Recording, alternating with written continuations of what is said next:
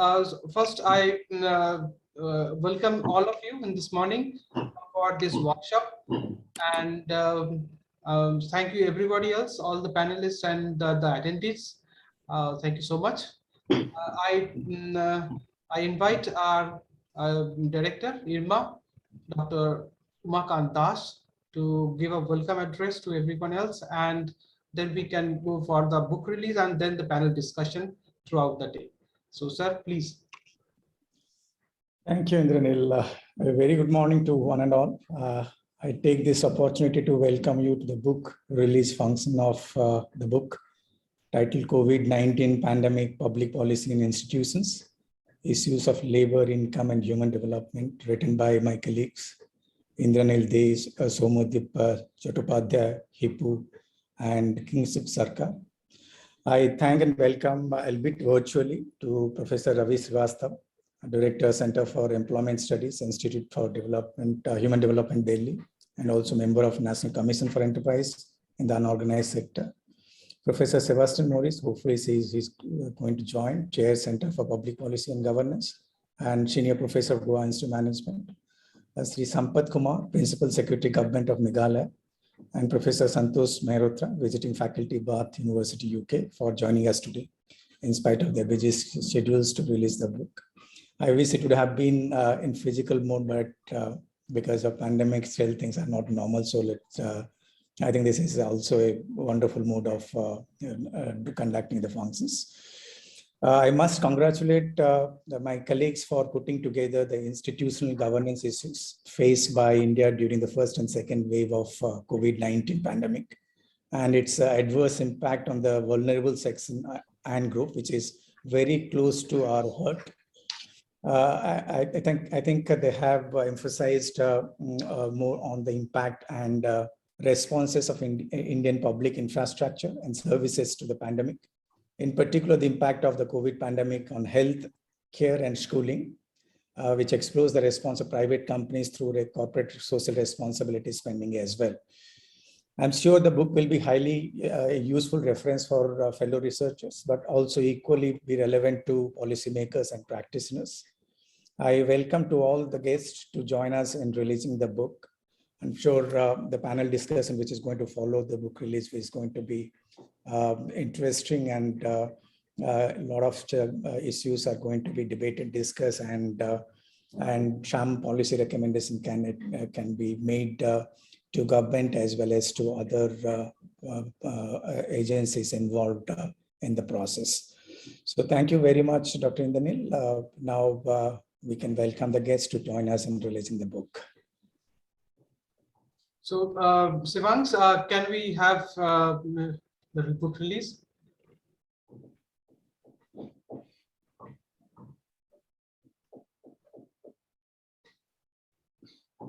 Yeah, okay. Thank you so much. But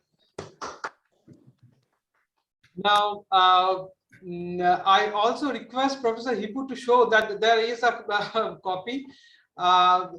Now, unfortunately, the authors and editors, we don't have any copy. So it is still on the transit, and only one copy is available till now, and that is this one that has come to the library. And surprisingly, it has come to the library, but not to any of the authors or editors.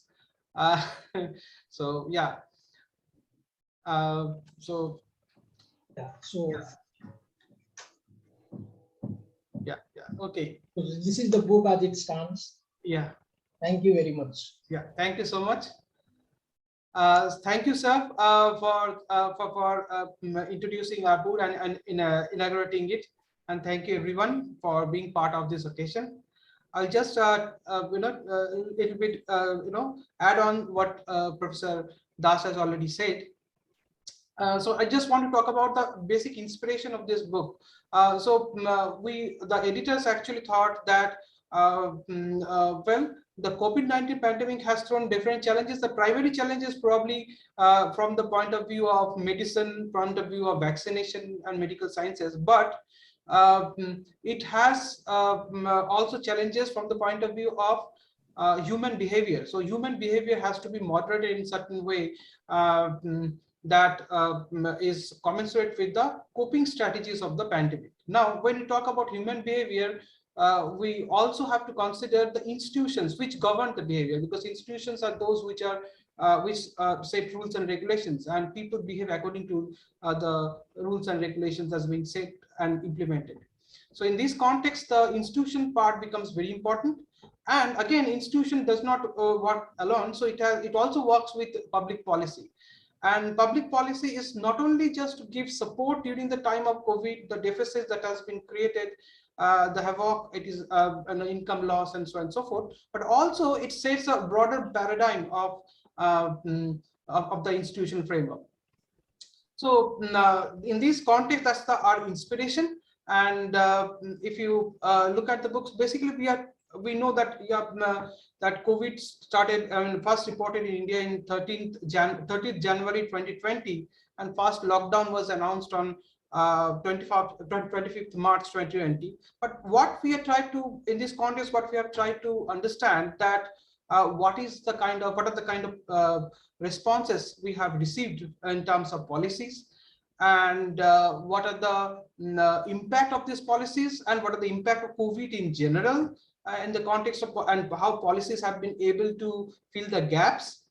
The other important thing, I think, is that what are the extant policies, right, and extant situation, because in the existing situation also there were gaps. So COVID actually widened the gap. So to what extent we were prepared to that.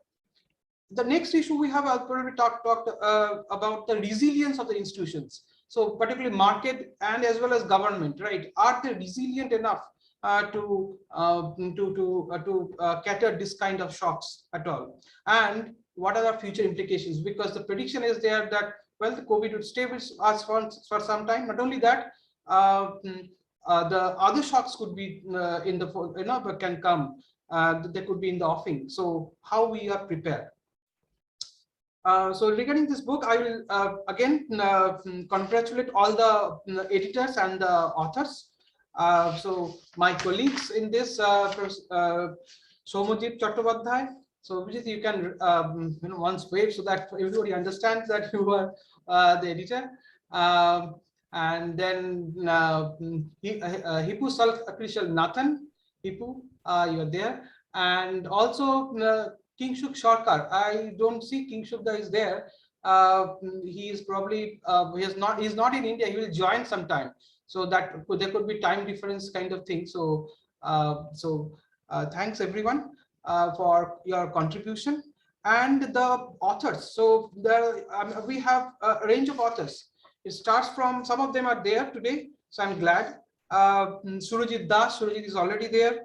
Amrita Ghatak, Amrita is not there. Ruba Hassan and Mubashish Iqbal, and then Muhammad Saidul Islam, then Shashwati Paik. Shashwati is there. Partha Pratim Shahu, he is there in the attendees list, probably not in the panel.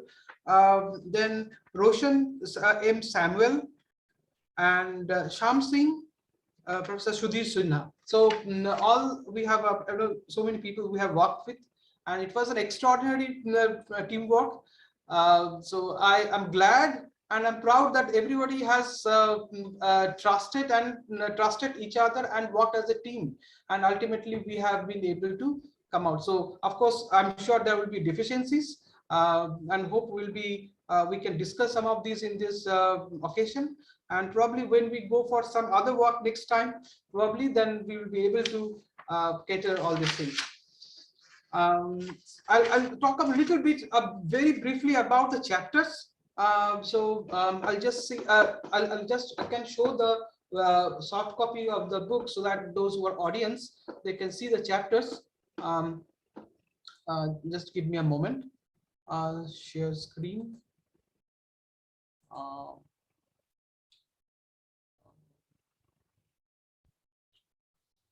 So I think this is the right screen. Yeah. Okay, so I think I'm sharing the right screen. So Modip? Yes. Okay. Yes. So please. So this is Yeah, so this is, as you see, we have chapters on policy responses. We have chapters on the dichotomous policy response. First chapter is by Shamsing. Then we have dichotomies of management and governance during the COVID-19, in the context of COVID-19 pandemic, a view from Rawls difference principle and public political economic perspective. So it's by Hippo Krishnan and me, so we jointly have done. So we he probably, if he has more worked on the Rawls difference principle, and I have worked a little bit on the political economic perspective. And then we have an article and chapter from Surajit Dash on impact of lockdown in India, but it is more on from the macroeconomic perspective. He has looked into the problems. So that's one of the important contribution. Then Indranil, sorry to disturb you. Can you expand the view, because the font size is very small? Okay. Is it possible to? Yes, yes. Is it good now? Great, thank you. Okay, thanks. Now, the next chapter, chapter number 5, is on income shocks and the resilience of economic institutions, as economics, particularly market, how it has performed, and how what the government has been able to cope up with the shock. And then we've also talked about what is the role of collective organizations or NGOs in general, and all the collective organizations. And we have tried to see that how these 3 different types of institutions actually played different types of roles. The next chapter is by Kingshuk Sarkar on plight of migrant informal workers in India in the context of COVID-19 pandemic, inadequacies of existing labor legislation. As I was just talking about, that there were already existing inequities, inadequacies, and in this context, COVID-19 has actually broadened the chasm, and Kingshuk Sarkar has actually rightly talked about these things. In chapter number 6. Chapter number 7, we have MSMEs in India during the lockdown and during the lockdown times, and policy response and coping strategies is by Soumyadeep Chattopadhyay and Parthapratim Shahu. So both of them has worked on that, and they have looked into the policy response in the context of MSMEs during this time. The next chapter we have Amrita Ghatak and Kingshuk Sarkar has touched upon a very, very important issue, and that's the issue of domestic workers during the time of pandemic. So it's a good qualitative study done across comparing Gujarat, Ahmedabad and Kolkata. So it's quite a interesting chapter. And then chapter number 9, again Soumyadeep has contributed in terms of and chapter on infrastructure deficits in Indian cities and amid the COVID-19 pandemic, key opportunities and challenges for policy and practice. So there Soumyadeep has talked about the existing situation and the challenges of the existing inadequacies in the urban infrastructure. The next chapter is actually quite interesting, and that is in COVID-19 we talk about COVID care, but here Mohammad Saidul Islam and Professor Hippo Krishnan, so both of them, what they have done is that they have looked into the non-COVID care during the time of COVID. So that's quite interesting one. Then another very, very important issue is school education. We all know that a generation gone in school education, I think, and that has been depicted in the chapter number 11, impact of pandemic on school education in India, generations at risk. So by Shashwati Paik and Roshan M. Samuel. I think Dr. Paik would talk about this in the 3rd session of the workshop. More elaborately, he will talk about it. The last chapter is also very, very important and very interesting, and I actually am fond of this chapter, and that is the role of CSR. Right now, we all know that corporate social responsibility is very has been mandated to some extent. I mean, to large extent in India. Now, in this context, how corporates or private companies have responded to COVID-19 pandemic, whether their response is a kind of spontaneous response, or they have just responded in the fact that they had to respond, so they have responded. Is it like that? So it's a kind of mandatory thing. So I mean, a very nice description is there by Professor Sudhir Kumar Sinha. So that's another important thing. Yeah, so that's the thing. So already almost like 200 page book. So I request everyone to collect it. And although it's a bit costly, I say that I don't suggest anyone to buy. I can't do that because the price is predatory. I request you to suggest to your libraries to purchase it so that it goes into larger dissemination. And and also some of the chapters can be available separately. I see that all these things are available in the internet, so some of the chapters probably can be downloaded separately in my view. So that's it. Okay, so thank you so much. If you have any question on the book, so I can try to address in 1 or 2 minutes, and then we can move ahead with the discussion.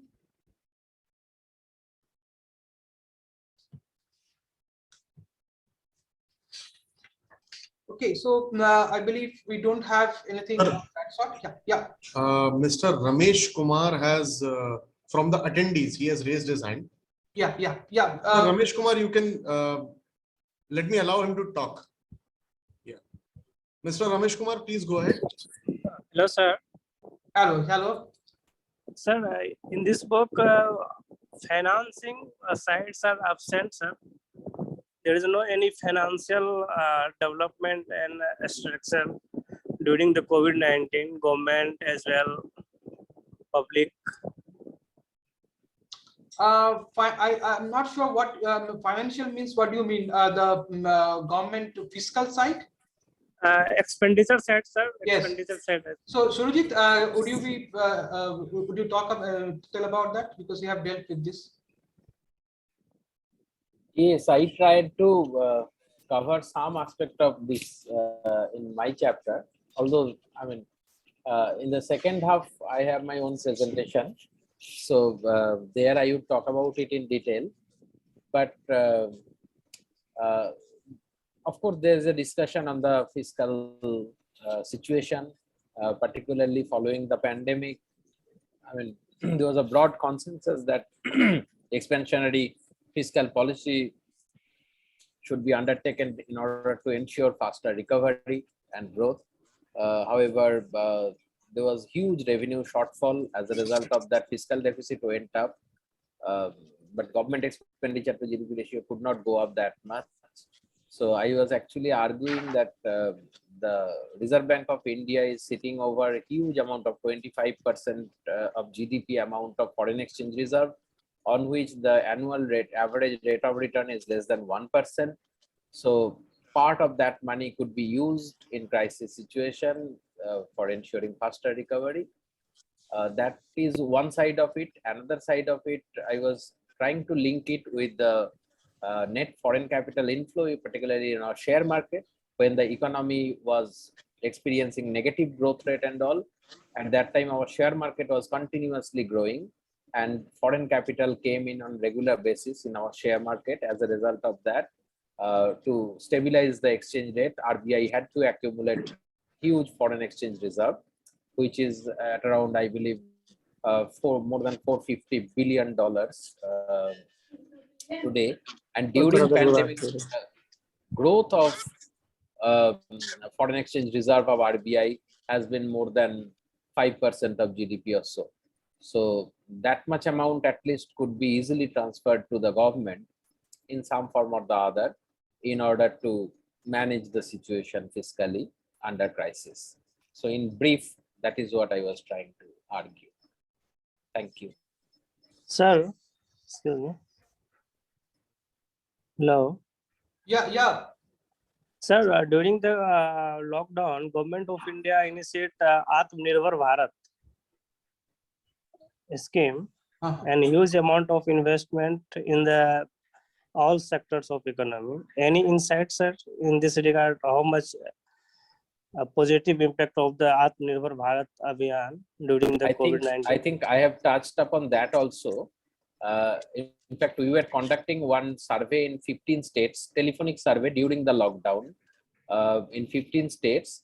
And from our data, we have found out that initially it was called Prime Minister Garib Kalyan Yojana, which has been made part of Atmanirbhar Bharat package later on. And Atmanirbhar package also we discussed. But how many people, I mean, among our respondents, what proportion of people have actually received free ration, free gas cylinder during pandemic, and some money in the Jan Dhan account as it was promised in the Garib Kalyan package? Those things were surveyed, and it varies widely state to state. The implementation varies widely state to state. Also, we have discussed briefly Atmanirbhar Bharat package. In the second half, I will talk about it in detail. There, it was almost 10% of GDP, or around 21 lakh crore. Out of that, only 1% of GDP, roughly 1% of GDP amount of money was real expenditure, and the rest was in terms of potential infusion of liquidity into the banking and financial system of the economy, or potential increase in the demand for credit, and so on and so forth, and some promises. So although it is called, it was said to be 10% of GDP, but actually in terms of solid concrete expenditure, it was hardly 1% of GDP.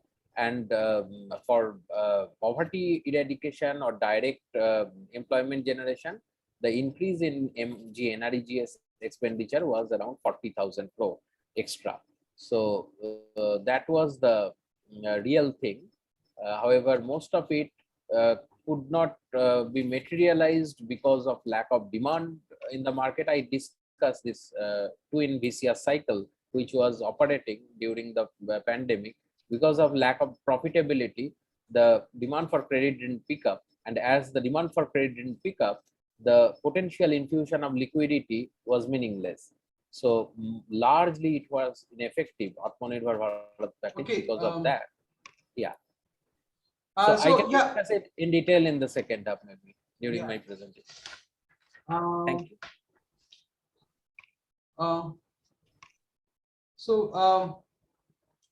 Okay, so I just go. 1 second. I got a message. It's 1:50 a.m. here. I think it's by Mr. Sampath Kumar. Hello. Yes. Yeah. Yeah. It's okay. Yeah. Sir. Okay. So, Sivans, can you please change the name? It's Mr. Sampath Kumar. Yeah. Sir, Professor Sivastava, he actually, Mr. Sampath Kumar is in US and it's 1:50 a.m.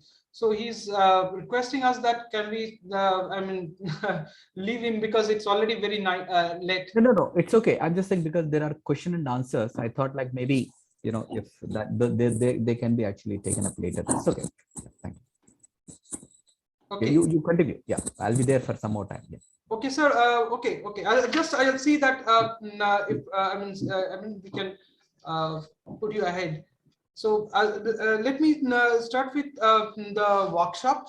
So the first panel discussion is on the public policy, governance, and institutions. And first, it's my pleasure to introduce Professor Ravi Srivastava. Professor Ravi Srivastava is currently Director, Center for Employment Studies, Institute of Human Development, Delhi. He was earlier Professor of Economics and Chairperson, CSRD, Jawaharlal Nehru University, and full-time member of National Commission for Enterprises in Unorganized Sector in the rank of Secretary, Government of India. So he received his education from University Allahabad, and then DSE, then JNU, and then University of Cambridge. And his main research area are labor, employment, migration, social protection, poverty, decentralization, human development, and etc. And he has numerous publications, of course. He has 6 books, 5 monographs, more than 110 papers, and and many projects by all reputed organizations, more than 35 major projects by UNICEF, sponsored by UNICEF, ILO, World Bank, ESRC, UK, UNFPA, University Grants Commission, ICSSR, Indo-Sasti Canadian Foundation, and others.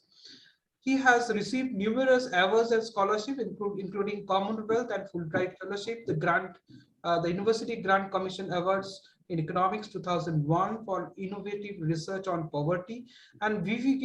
Giri Memorial Award 2009 for research on labor migration.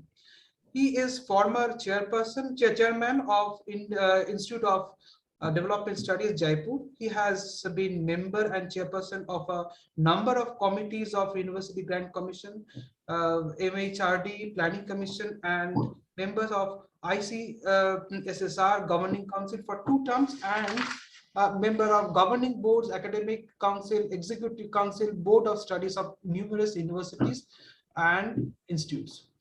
He is past president of Indian Society of Labor Economics and current president of the UP and Uttarakhand Economics Association.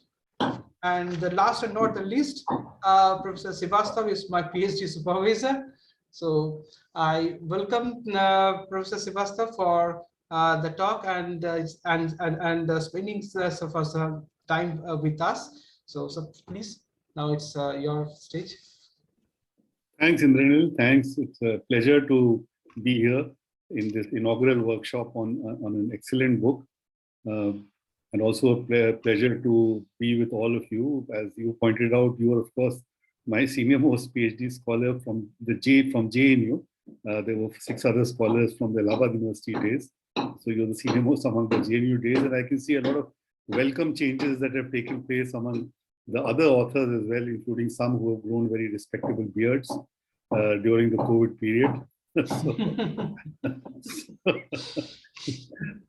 Great meeting all of you, and lovely being a part of the discussion on a book which has first of all, there have been, COVID is still a part of our, not just a lived experience, but the experience that we're living through even now. And to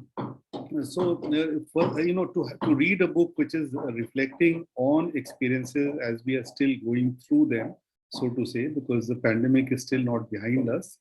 And at the same time, a book which has brought in its own flavor, which is trying to look beyond. So not only looking at policies and their impacts, which of course you need to, as you pointed out, but also looking at it in terms of a broader framework of institutions of governance, of markets, of collective action, bringing in the issue of corporates and corporate social responsibility, their role, so that also in the book. So I think it's a very wide canvas, and it's a very welcome canvas with which to look at, the whole experience of COVID. What I will do, I know that there are many eminent scholars who are going to follow me. And then, of course, you have 2 other sessions after this first session, where people will be discussing specific areas in the book. I'm going to confine myself to the broad areas that, the issue of institutions of governance, institutions, you touched upon markets, and then, of course, also collective action, corporate sector. So basically, I'm going to confine myself mainly to what are chapters 1, 2, 5, and 12 in this book. And I'm going to make some comments on these chapters. Now, as always happens, in addition to what these chapters succinctly and capture very well, the job of somebody like me is always to say, what more can we do? What more can we reflect upon, in looking at this COVID experience? So I'll try to outline that as well.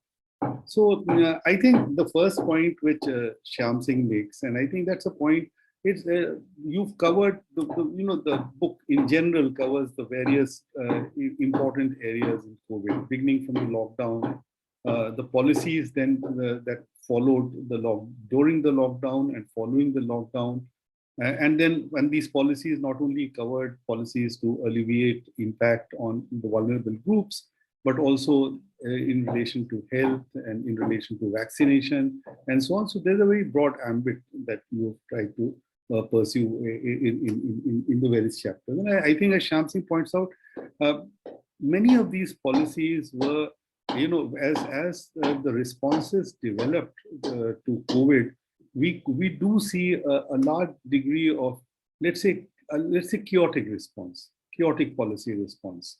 And I think, and a lot of we experience this particularly right up to the second phase, when we saw policies and responses in a sense settling down. So for more than a year, we had responses which were not, the basis of which the policy responses were not very clear. For one thing, policy making itself during the pandemic was not a very transparent process. It was not very transparent. It was not very participatory. And that also says something about the whole issue of governance. How did governance look at the lockdown experience? And I'm going to say a little more about that. So I'm going to let me first deal with this whole issue of governance and COVID. And I'll, in this context, I'll refer you to the second chapter in Renal, which you and Nathan have authored in this, and where you put actually three things together. You look at issues of governance, and then you actually also look at two other side issues, although you also look at the issue of markets in that, but you look at the issue of capture, elite capture, and you also look at issues of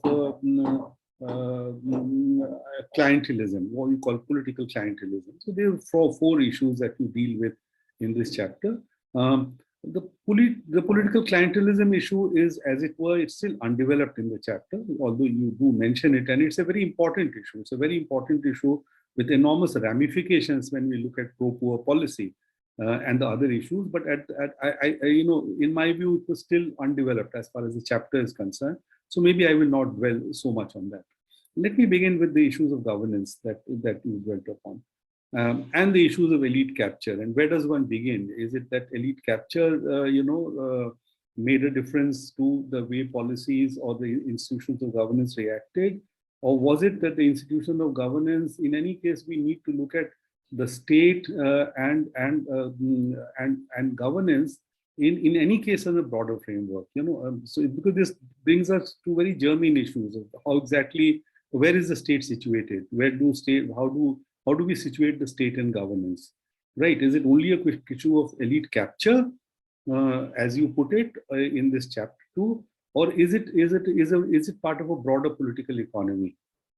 And within that broader political economy, is it that state and institutions of governance tend to respond in a particular way? Let me begin with that famous speech which our Prime Minister gave, announcing the lockdown at 8 at night. So the lockdown was initially announced, as we know, with just a 4-hour notice. And the famous words, the warning us, were two broad, issues which emerged from this. One was that each one of us had to observe a Lakshman Rekha outside our houses. So, basically we had to, self-quarantine, and in that self-quarantine, isolate, and in that process of self-quarantining and isolating, we had to treat our doorsteps as the Lakshman Rekha, not cross them, and that was, observe a voluntary curfew, but which of course, was part and parcel of how the state then responded. Now, if you visualize the country in terms of the exhortation of the Prime Minister, you get this particular view of how people of habitations in the country. You get this particular view of habitations where each one of us can actually have a threshold, have a house to live in, have a threshold. We need not cross this threshold to access essential services such as sanitation and water. And if we do not cross this threshold, then we can afford to self-isolate. Now, as most of us know, this is not the reality and the demographics of India. This is not a reality of large parts of the urban demography. This is certainly not a reality of large parts of the rural demography. When the Prime Minister made this address, he was clearly addressing himself to the urban upper middle classes and middle classes who have a threshold within which they could self-isolate and quarantine themselves. This is the India that was being observed by the processes of governance, and that is something which came through in his speech, in this thing very much. And the second part of it was an India which could be rendered immobile. Therefore, somehow with only the essential services, this immobility, nowhere did you hear anything about the cost of immobility. What happens if you immobilize a workforce which is essentially has to move forward, which is a large part of it is contact based and so on. So the economy and the demography, which was visualized in the Prime Minister's speech, was something which many of us social scientists who have worked with how livelihoods are generated, how people live and work in India, would feel that this is something which is very, very alien. The whole notion which was being spelled out in the Prime Minister's speech. Now, having said this, as we know, even before the lockdown, basically two essential features had been put into place, had been put into motion. And I think those probably deserve slightly more attention in the chapters. What were these? First of all, we had put into motion the Epidemic Act of 1897. So everything which followed, the quarantining, the self-isolation, the restrictions on mobility, the powers which were given to executive officials at all levels and so on, flew from the Epidemic Act. And the second thing, which was equally important, which was the 2005 National Disaster Management Act. So the linchpins of what created the architecture within which the pandemic, the regulatory policies of the pandemic and also the facilitating policies in some sense of the pandemic took place were basically the Epidemic Act on the one hand and the National Disaster Management Act on the other hand. One dating back almost 125 years and one dating back just about 17 years, about 15 years then in 2020, because this act dates from 2005. But what both these acts did, and this is something which I think bears emphasis, is that the centralized powers in the hands of the central government and the bureaucracy at all levels. And when I say bureaucracy, I mean the police and the bureaucracy at all levels. So you had a very, very centralized decision-making apparatus which took the reins of policy making. And as I think you point out in various chapters, even during epidemic, you can conceive of policies being made at different levels. A bottom-up policy approach. You could conceive of a more consultative approach to policy, but that is not something we saw. The lockdown, in fact, even the structures that eventually evolved and which are discussed in various chapters, the empowered committees and so on, took a long time to actually come into existence. And even when they came into existence, it is not very clear whether the vertex of decision making were with these committees or whether they were with some unseen powers within the central government. So what you had was a high degree of centralization, a lack of consultative process with those who would have informed the government about the implications of various decisions.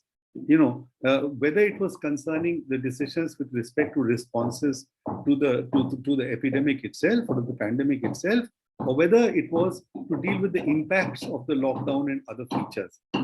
What was the result? The result was that we had the most stringent lockdown in this country ever. By global standards, India entered into a most stringent lockdown. There was a complete ban on mobility. Every village became a village republic in a very perverse sense of the word. And from village upwards to town boundaries, to district boundaries, to state boundaries, every boundary became not only it became even more, became stricter than what ordinarily nation boundaries tend to be, even within this particular context. So you had these features which bared discussion. Did we need this degree of immobility to happen at 4 hours notice in March? Did we need to immobilize people who needed to either go back to their homes or to seek some other kind of work on 23rd or 24th March? What are the kind of policy responses that we needed for very dense populations in demographic areas, in urban areas, in rural areas? Was the messages that were being sent out, were they sufficient at that point of time, or did we need a different set of policy responses? To this, I think there are no easy answers. And I'll tell you why there are no easy answers, but certainly there were alternative answers which were available. And these alternative answers did not figure in the policy matrix at all. As a result of that, what did you find? I mean, you found, I would say, enormous perversities. I'm sure you as authors, and I'm sure many people in the audience have here, when the Supreme Court was approached on the whole issue of migrants being locked in, and the government of India filed its initial affidavit. And I don't know how many of you read that affidavit filed the government of India, and the degree of perversity it implied. The lack of knowledge in the government with respect to the migrant workforce, which forms, as you know, and I've written so extensively about it, I won't repeat it, a very large part of the informal workforce and the urban informal workforce in the country. And the government's complete ignorance, not only about the ramifications of this workforce, but also the implications of locking them in urban tinderboxes. And then how it dealt with this entire problem as a law and order problem. That if migrants tended to want to go back home, they were to be pushed back into their hovels, even when they had no hovels to be pushed back into, because they had been forced out by their landlords. They had been forced out by their work sites. So they actually had no place to go back to. And yet they had to go back to some place because they could not be out on the streets. They could not be moving around.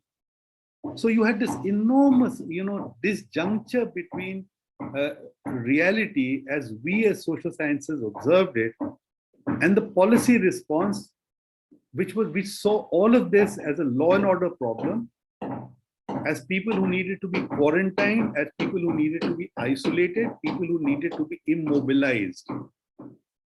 I think this is one aspect which needs a lot of attention, from all of us.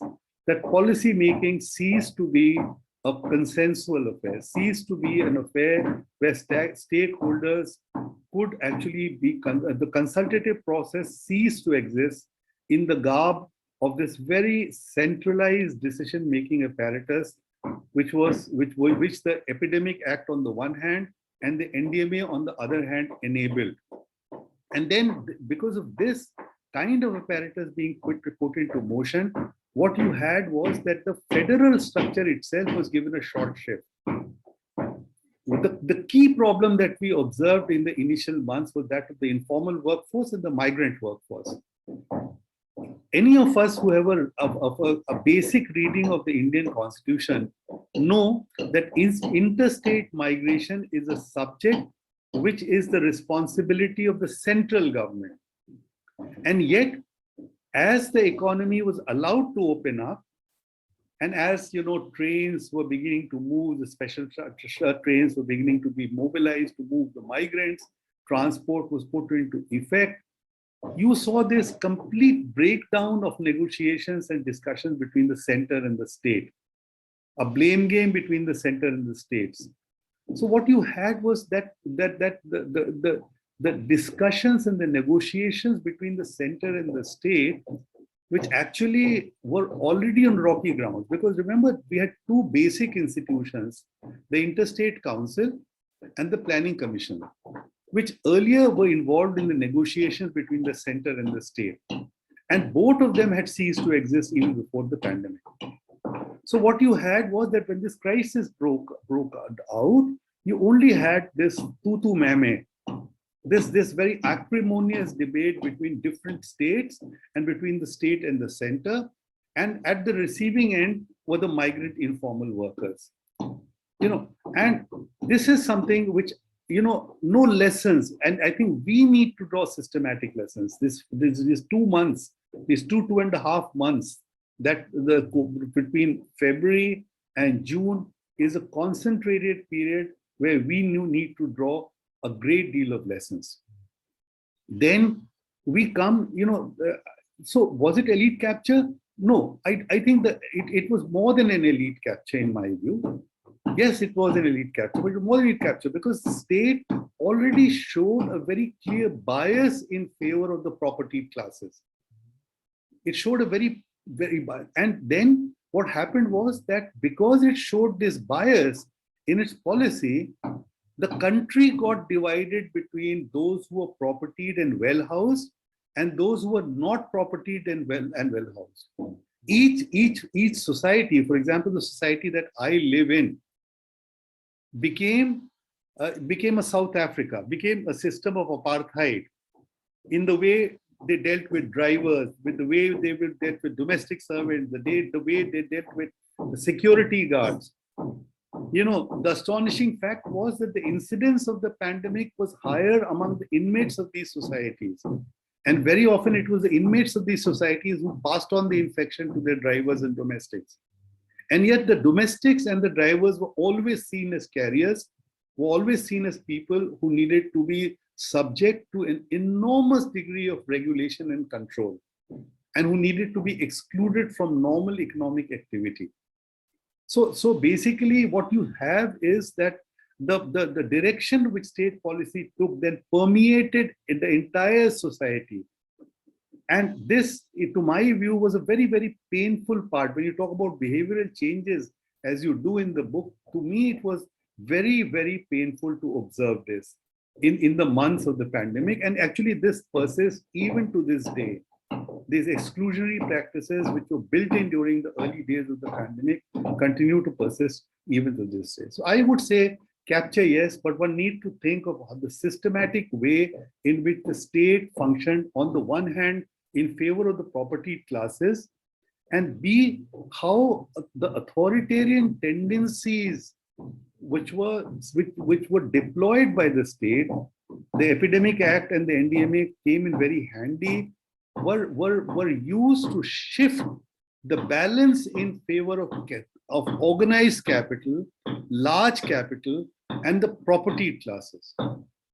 And I feel that as we think through the book, as we reflect on what further work is needed, a little more reflection is needed on all of this in many of the chapters in the book. For example, you have an excellent chapter by Kingshuk on labor regulation.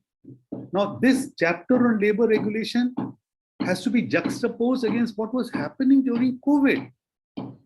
The labor regime, the labor policy regime was transformed during COVID, with the 4 labor codes being brought in the month of September 2020. Only one had passed before the COVID, which was the wage code. The remaining 3 codes were pushed in the parliament. Not a single cut motion was adopted. Not a single amendment was adopted. They were just pushed through, rammed through parliament during this whole period when no informed discussion was allowed to take place. And subsequently, at the behest of the central direction, a large number of states attempted to completely dismantle the labor regulation framework. UP, Gujarat, Himachal, they went completely the other way ostensibly in order to create employment for the unorganized sector, which is frankly, as anachronistic and as laughable as can be. And yet we know that this has happened. So, it was just not labor regulation that has existed. Labor regulation was shifted massively in favor of business, massively in favor of large corporates, massively in favor of large capital. And because of the rules of the game, because the tide which started turning in 2016-17 against the informal economy continued to turn during COVID. You had this massive shift in the concentration of capital and earnings in favor of very large capital in this country. As we know, the number of billionaires has grown continuously. The chasm has widened between the rich and the poor, and between the 1% and the 99% throughout the period of COVID. And untold, basically not only did the concentration of capital increase, but those who were at the apex in terms of of capital ownership increased their capital assets manyfold. And we know what has happened, over the last. We don't need to give names. We don't need to go into names. So I think this is really the story of COVID. It's a story of how policies. Later on, you look at phase 2. Yes, when phase 2 happened, some lessons were learned. Public transport kept running. The containment policies became more localized. But what about other lessons? How is it that the world today is saying that the COVID deaths in India was anywhere between 7 to 10 times the official number of deaths that we talk about? Just think of the ramifications. If these were deaths, think of the illnesses. Think of the transfer of assets and indebtedness which households had to enter into, and which are still they're reeling under in order to cope with the COVID illnesses and non-COVID illnesses which you focus in the book. So there are those kind of ramifications which we need to talk about. Just two more issues, and I'll wind up here because I know I've taken a lot of time. One, you correctly focus on collective action, on the role of civil society. This was, if there was a positive which came out of the epidemic and the pandemic, it was how civil society responded to the crisis. And that is something which we need to understand. But we also need to understand that civil society actions are also highly regulated. We know what is happening today. The same civil society organizations which played a sterling role in 2021, 22 are today struggling to survive because of the regulatory frameworks which have come into existence and which have tightened around their own functioning. So civil society action is unfortunately not standalone action. Regulation governs markets, regulation governs, yes, there was large-scale market failure. It was like, rationing to the power of 10, so markets failed. That's absolutely true. But, markets also failed because the state acted in a particular way. There was a relationship between state and market failure. There was a relationship between state and collective action. And again, I'll just, in a couple of minutes, just talk about the very important question of corporate social responsibility. Frankly, one should not be talking about corporate social responsibility. One should be talking about the corporate role, because corporate social responsibility has now become CSR.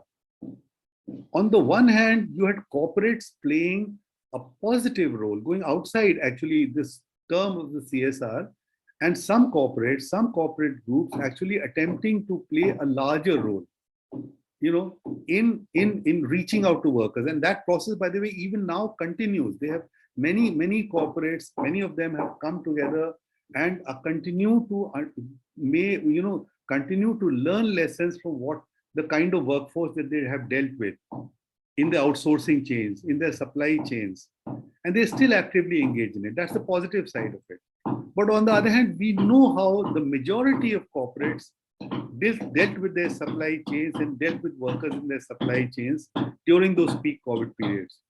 So, if I were to talk about it, I would not really limit myself to CSR. I would limit myself to the role of corporates in general during this crisis. And I would talk about the role of the corporates before, during, and after this crisis. What do they continue to do? Is it not a fact that they continue to shift the profit and wage the ratio against workers? Systematically continue to do it even after COVID? when many of us thought that when workers come back to industry, maybe they would begin to get a better deal. And we know now that has not happened. So these are some of the questions that worry me, which, it's not a direct this thing on the book, but I think the book did a great service by focusing on these questions. And it's not easy to focus on a set of questions when you're still going through a crisis. By focusing on these questions in a broader framework, I think the book has done an excellent job. I've read through most of it. I can't say that I've read through every chapter, and I enjoyed reading it. So thanks to all the authors and all the editors. And thanks for inviting me, Indranil, and all of you. Thanks. Thank you so much, sir, for your elaborate discussion, and which was quite insightful. You talked about self-isolation promoted by the lockdowns and things like that, and restrictions on mobility, centers' decision-making role, the control over decision-making, centralization of decision rather than participatory decision-making process. Another important issue you also highlighted, which I think when we will talk to Mr. Sampath Kumar, we will talk about that. And that is center-state relation, right? So that will also come into our discussion. And finally, thanks for the fact that you have appreciated our effort, and thank you so much for your time. So I will ask if there are any questions. So we can't take too many questions. We'll have it later on. So maybe one question we can, or one or two questions we can address, and then we'll have to move forward. So Sivams, can you moderate it and see? Yes, sir. In the Q&A platform, we have a question from Mr. Yash Rasalia. So can you? I'm not able to see. Can you? Q&A. If you look towards the bottom of your screen. Okay. Okay. Yeah. So Mr. Yash Rasalia has a question. He asks that why there are not much policy measures to provide these migrant workers minimum wages that actually provides them basic standard of living. So it's a very broad question. So, sir, you want to respond to that, sir? No? Really, I think the questions are best posed to the editors. I think Kingshuk has done a great job in his chapter of covering informal workers and migrants. It's these questions, I think, should be taken up by the authors as you go along. Okay, so Dr. Sarkar, you are there, I suppose. So, would you like to answer it, or would you like to take it now? Dr. Sarkar? Yeah, I suppose he's not there. No, I am here. I am here. Okay. Yes. Yeah. It was very enlightening kind of address by Professor Srivastava. I learned a lot from the address, and yes, there is no this ISMW Act. This act was made in 1979. At that time, the architecture of migration was quite different from the migration that is happening for the last 2-3 decades. And I don't think that, both the central and even the state governments are insensitive about the migrant workers. And this COVID was a kind of an occasion where this insensibility came manifested in its very crude form. And as Professor was told about it, that there was blame game, shifting blame game from state to center, centers to state. And one thing that happened, that I would say that some policy kind of implication that happened later on, in the sense that this happened during February to June, that period when COVID was very in a bad shape and migrant workers suffered. But this code on the OSHWC code, which was restructured to a certain extent, and it was passed in the parliament in September 2020. That had certain few kind of, I would say, rays of hope that to some extent kind of took into account the implications of like what we say, what we witnessed during that period. So there was an admission that most of the migrant workers are self-employed. There was admission that we need more study, we need some figures. So those like that, I think the first time in a labor law that the requirement of research and study on migrant workers was mentioned. So I think those are the kind of repercussion of the things that we witnessed during that period. However, these measures are still, I think, still we don't have a kind of a policy of migrant workers, because not only COVID made the plights visible to all of us, but these workers are having difficulties all through. It's not that even pre-COVID period, there are a lot of difficulties, but we could not see them. That is our failure, that we could not see them, policymakers could not see them. We were not writing about them. Only COVID gave us this opportunity to write about. Like that was kind of, you can say, a blessing in disguise, in the sense that at least that issue came in the forefront. But yes, there is a sheer lack of kind of public policy on, and even the legal vacuum is lying there, because the way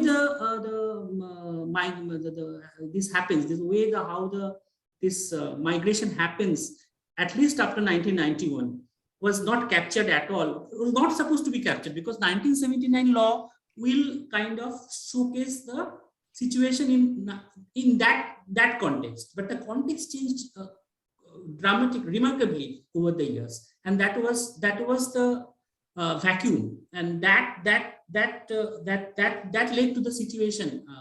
And I would not say that this is only for the COVID. The migrant workers are having a horrible kind of a situation all through there.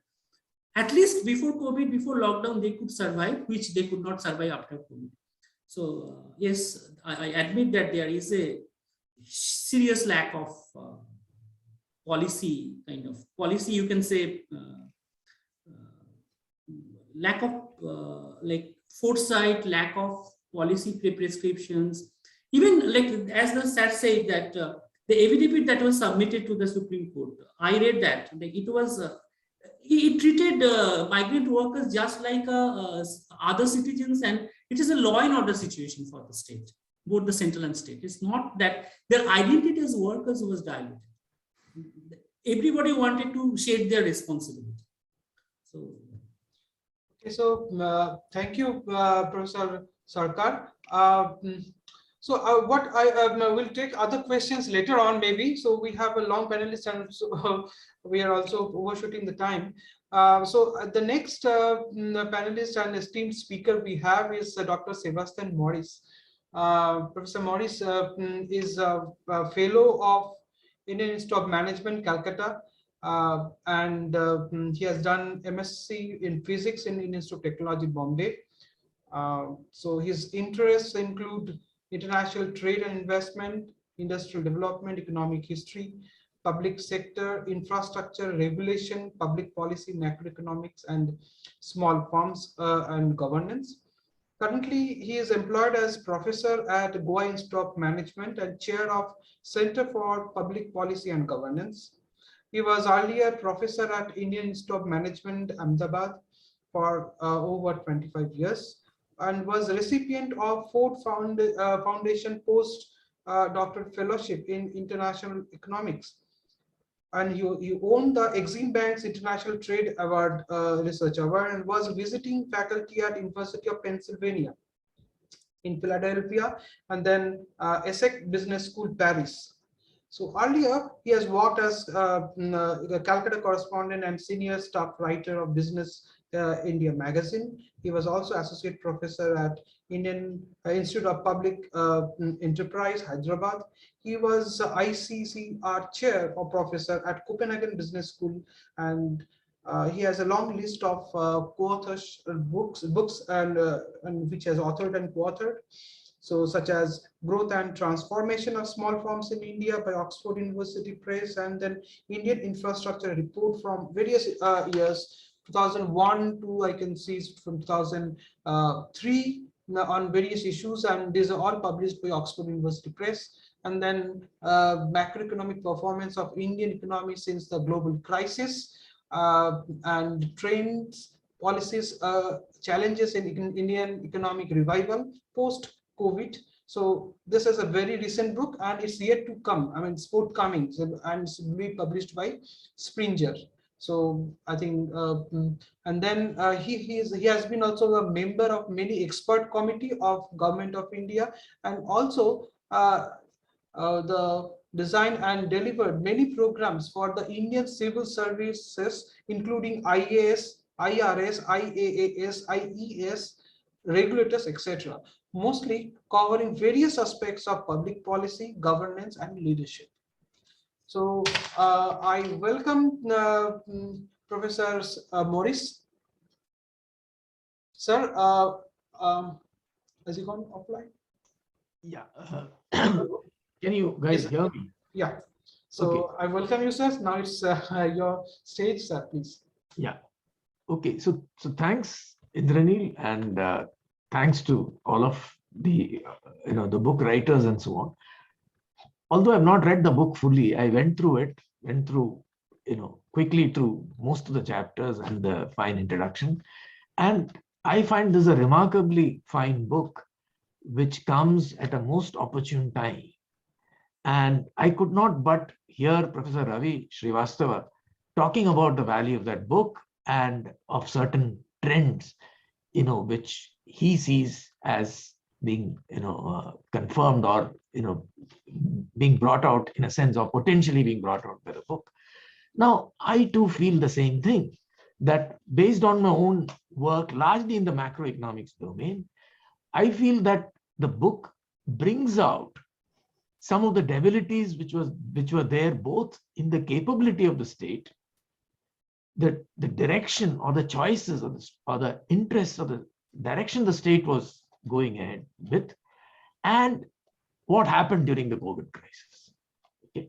So I see a continuity and an enhancement of certain tendencies which have happened during the COVID crisis, and the COVID has presented the powers that be the opportunity to deepen some of those tendencies for the benefit of few against the benefit of many. Okay, so let me just the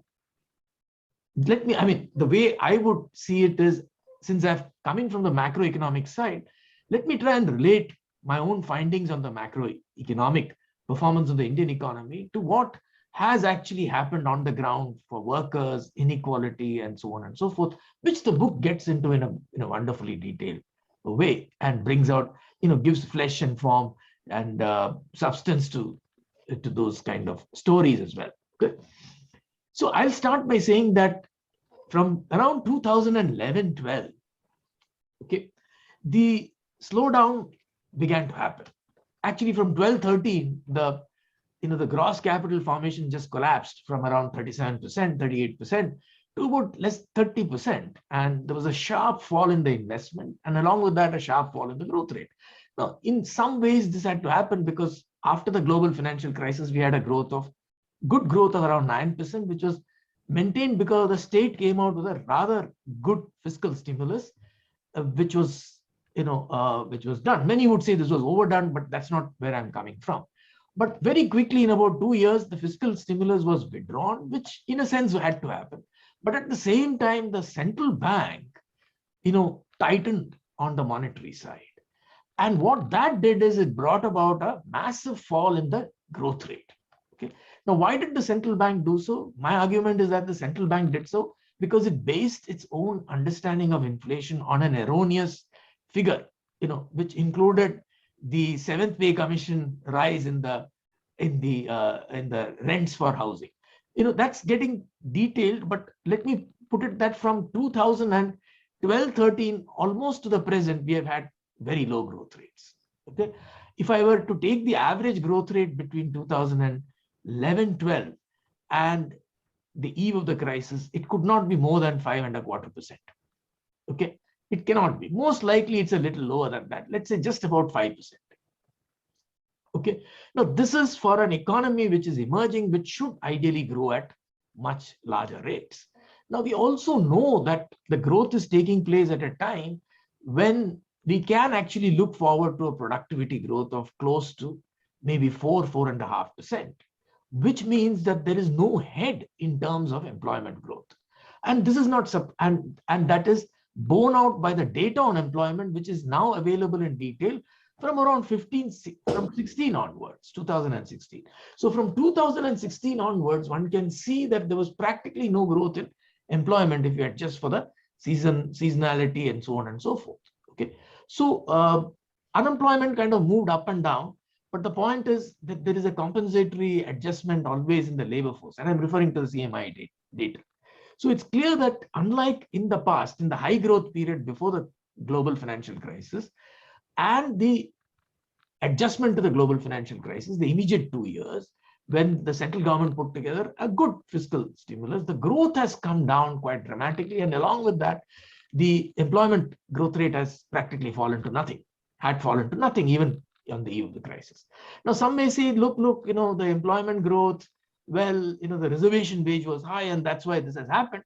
The answer is no, because if you look from 2016 onwards, the average rural wage in real terms has not increased. Okay, so there is no way the reservation wage could have gone up and therefore the employment actually did not grow.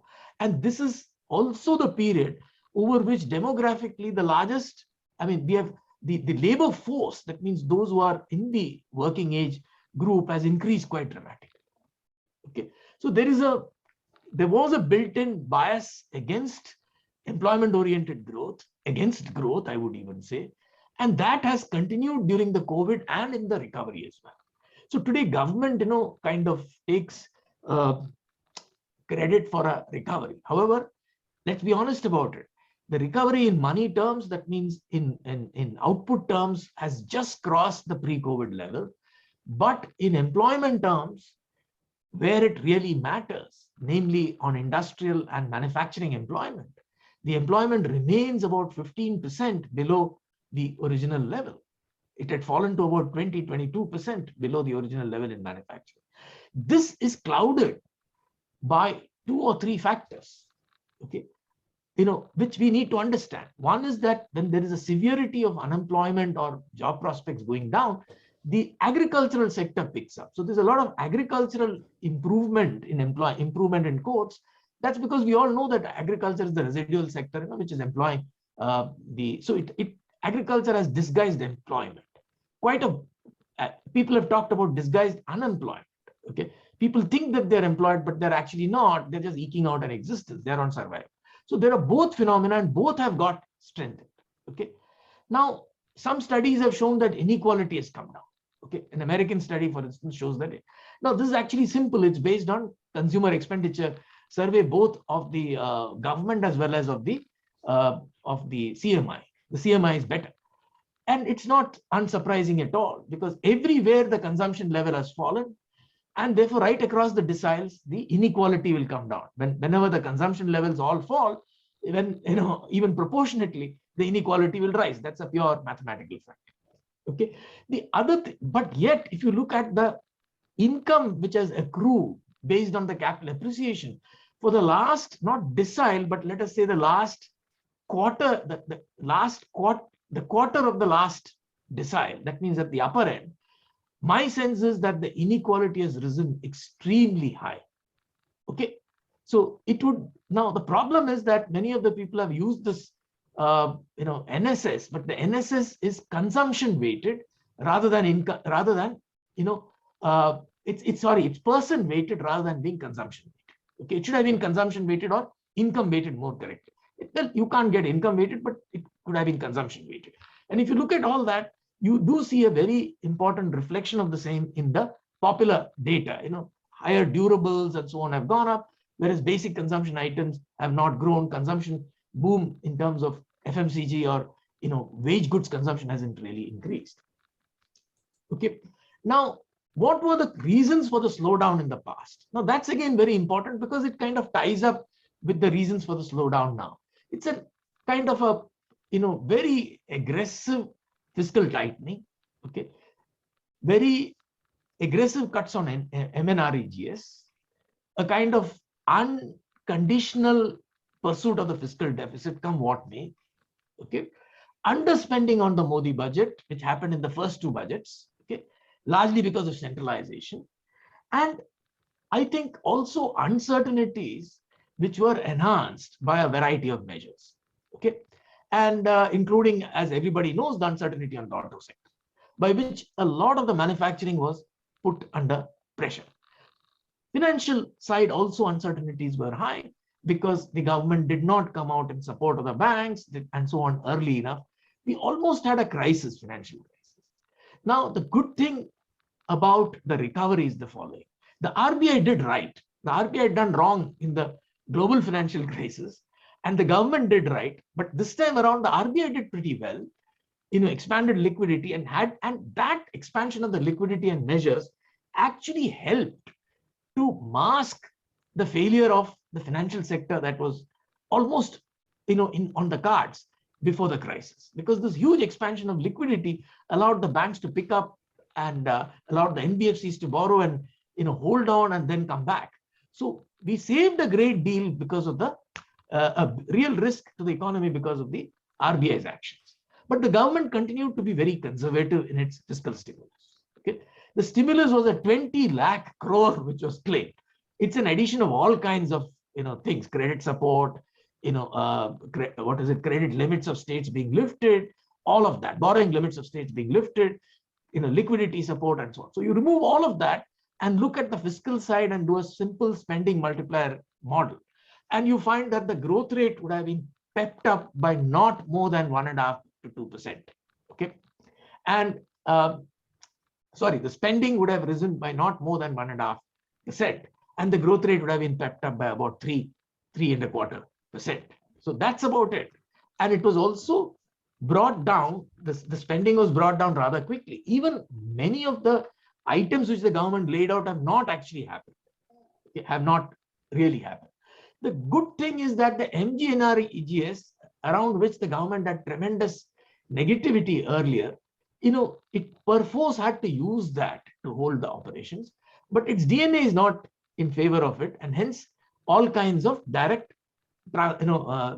support measures have happened. But despite all this, the employment needs to go up. Okay, so the point I'm trying to make is that the anti-labor aspects have continued. Okay, one evidence I've already given you is that the employment has not gone back, particularly in manufacturing.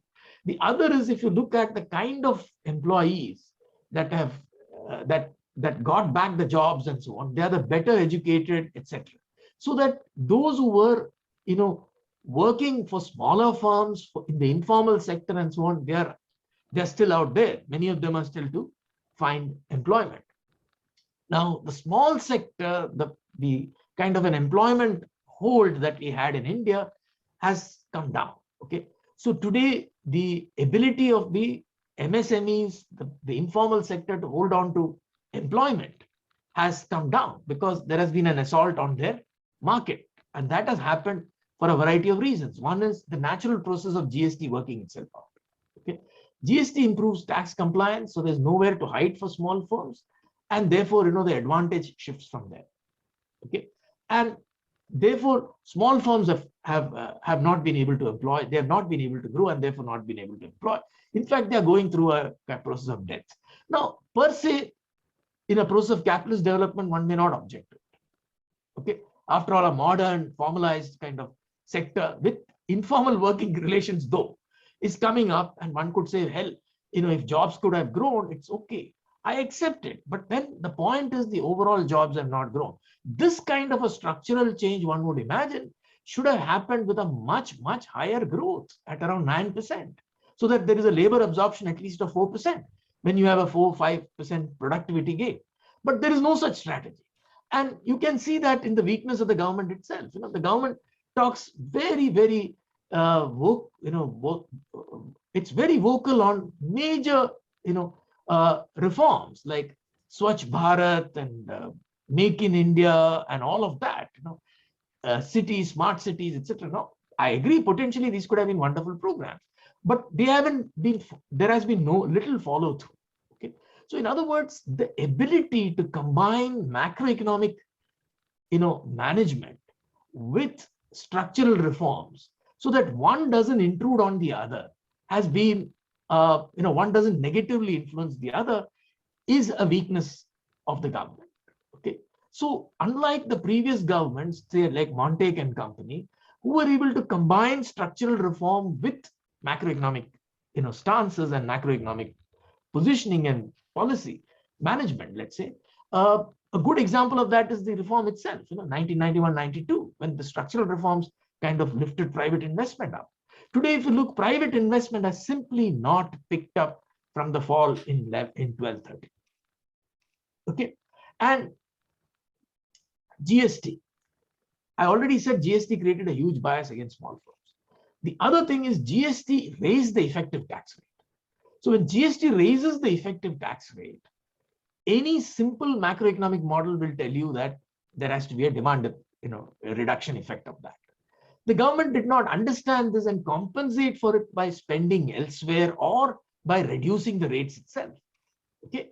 In fact, it's now thinking of actually raising the rates. Okay. Right. So therefore, what one is trying to say is that there is a two-way bind on the economy, a slowness in the growth and a structural change in favor of the large. Okay. And therefore, one must not get carried away by the stock market increase. I've done a simple analysis of why the stock market has increased. And don't take that as belief that things are hunky-dory with respect to growth or with respect to employment or any such thing, real structural change. See, what's happening is there is structural change taking place on a not too large a growing pie. One would have accepted the structural change if the pie was somehow made to grow through the structural reform, but that is not what is happening. Let's take the stock market high valuations and the good money that many of us, including I, would have made in the stock market. The reason is the discount rates went down, both for the foreigners and us. Okay, the share of interest went down in expenditure. But more importantly, which most people don't talk, which Professor Ravi was kind of hinting at, is that the share of wages in value added has gone down. Okay, and all of this put together has led the stock market to boom without too much of a growth. And then not only the share of wages, the share of taxes the direct taxes have gone down. And because there was a prior, kind of reduction in direct taxes, which was a giveaway virtually, which could not have stimulated the economy at the time when it was just about to crash. Okay, so the point I'm trying to make is the government has shown a singular inability to do macroeconomic management. Thankfully, it has been saved by the COVID and by the RBI. Because with the COVID, you don't have to explain the fall that has happened during COVID. My point is, on the eve of the COVID, the growth had come down to 4% or under. And probably next year it would have even gone down worse. But that was masked by the COVID and the recovery. Now, the recovery is none too great. The only hope is that the China factor would come, okay, and give some thrust to some of the manufacturing companies and so on. But overall, I'd end by saying, because I don't want to exceed the time, that there is a macroeconomic consistency which I find with what the book brings out. Okay, that the debilities of the government, the capability aspect which had been right through, and the bias or the strategic shift in a certain direction which happened with Modi 1 and which has continued. Both these are evident in the macroeconomics and are also backed up by the detailed and the horror stories with regard to, let's say, migrant labor and so on and so forth. Now, one of the things about migrant labor is, let's understand that migrant labor's phenomena has really grown over this last decade. And one of the reasons for it is political economy, because the control over migrant labor is much higher than over local labor, okay, because they don't have roots. And that has allowed a kind of complete, what shall I say, free for all when it comes to accessing labor. So today, no industrialist, no government, no chamber of commerce can crib and say it's union activity, labor which stands in the way of growth. Hell no. It is your own policies, your own lack of understanding, your own, let's say, inability to understand what a macroeconomics should be in a situation where there's unemployed labor. Okay, and that macroeconomics is not there in the textbook. The Chinese and the East Asians knew that, and they had their own export-led growth. So we need employment-oriented growth, and that's coming. That's not nowhere in the cards. Nowhere in the cards. The government is just getting carried away based on IT and all that glamour of using technology and so on and so forth. Okay, so it's not in the real world. I think it has created a kind of a world of IT, which and technology, and the hypothetical benefits that IT, the shift to green and so on can bring. And it's getting caught there without addressing the problems of people who are on the ground and really out there, looking for a second meal or a third meal rather. Okay, so I'll leave it there. Thank you very much. And I really look forward to reading all the chapters very closely. Great piece of work put together by all of y'all, and very, very impressive, I must say. And should be of enormous use to policymakers. I wish they even cursorily glanced at what the book has to say on such details, on such important issues. Now, if these are not important, what the hell is important? Okay, yeah. So I'll leave it there. Thank you. Okay. Thank you so much, sir, for your insightful talk. You touched upon many issues, particularly employment, wage rate, and then inequality, rise in inequality, and also very importantly, coined this term unconditional cut of fiscal deficit. And RBI's management policies, regarding expansion of liquidity just to cover up. And then you also talked about labor absorption, and also most importantly, I think you talked about the lack of sync between structural reforms and macroeconomic policies. So, so thank you so much, sir. So what we will do that since we have a little bit overshot the time, we'll take the questions later because next speaker is joining from US and is quite late. So we'll just take all the questions later. And then thank you, sir, and thank you, sir, for appreciating our work. That's the most important thing. Yes, thanks, sir. So I'll move to the next eminent speaker, Mr. Sampath Kumar. Sir, I'm sorry, it's late, but I didn't know that you would be joining from US. Otherwise, I would have planned differently. Not at all. Not at all. Yeah. Yes. So I just want to introduce Mr. Sampath Kumar. Mr. Sampath Kumar is a member of Indian Administrative Service, belonging to 1997 batch with over 24 years of leadership experience, including more than 17 years of Indian Administrative Service and 7 years of in the non-profit. He has held several key roles in government and outside the government, including projects as a project director of World Bank funded Andhra Pradesh Rural Poverty Reduction Project. He worked with the Rajiv Gandhi Foundation and built a large-scale community-driven development program for poverty reduction and women's empowerment in 49 districts of Uttar Pradesh. So it's a huge work here. And then he is currently the Principal Secretary and Development Commissioner of State Government of Meghalaya. He leads Department of Community and Rural Development, Health and Family Welfare Department, Social Welfare and Women and Child Development Department, Program Implementation and Evaluation. So sir has a lot of responsibilities in Government of Meghalaya. He has designed and implemented innovative and scalable policy solutions for poverty reduction, women empowerment, rural development, and participatory governance.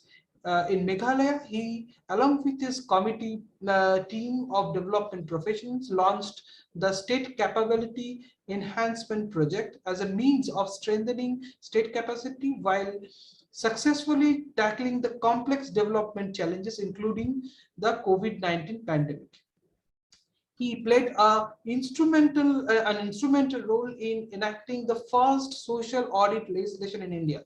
the Meghalaya Community Participation and Public Service Social Audit Act 2017 that provided community-based auditing of all social programs and government services. He also brought out the first state water policy in Meghalaya, aimed at mobilizing people and government agencies for ensuring water security for the present and future generations. And very recently, he has conceptualized the concept of village health councils, the first of its kind in India. He has a master's degree in public administration from Harvard Kennedy School, USA, and Harvard and was Harvard University Mason Fellow. So, sir, thank you so much for coming to our workshop. So, sir, it's now your stage, sir. Please take over. Thank you so much. I'm not using the video. Yeah, it's okay, sir. Yeah. So basically, thank you very much. In fact, it's great listening to the speakers who spoke before me. It was a I think they have really come out with very important insights, for the policy, makers and policy implementers, as how actually one should handle the pandemics with much more sensitivity. I think that's I really appreciate and their responses and comments. But however, I just wanted to tell you this one. This COVID is something, is a pandemic that we have witnessed maybe after 100 years, such kind of a pandemic. So when we have witnessed this one, it is something that it is not a problem that it's not a technical problem that can be fixed, where when we have there is any, for example, if there is any epidemic of a nature like a malaria, we have some technical solutions. We know that like the pandemic can be handled with we can use some different measures.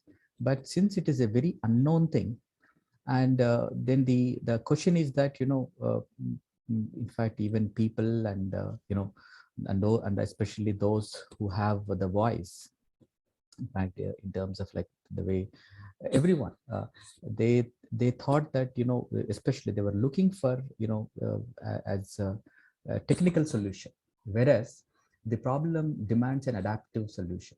So this is where I think this is where I think we need to really see the problem. In an adaptive problem, what we require is that we require participation of all the stakeholders.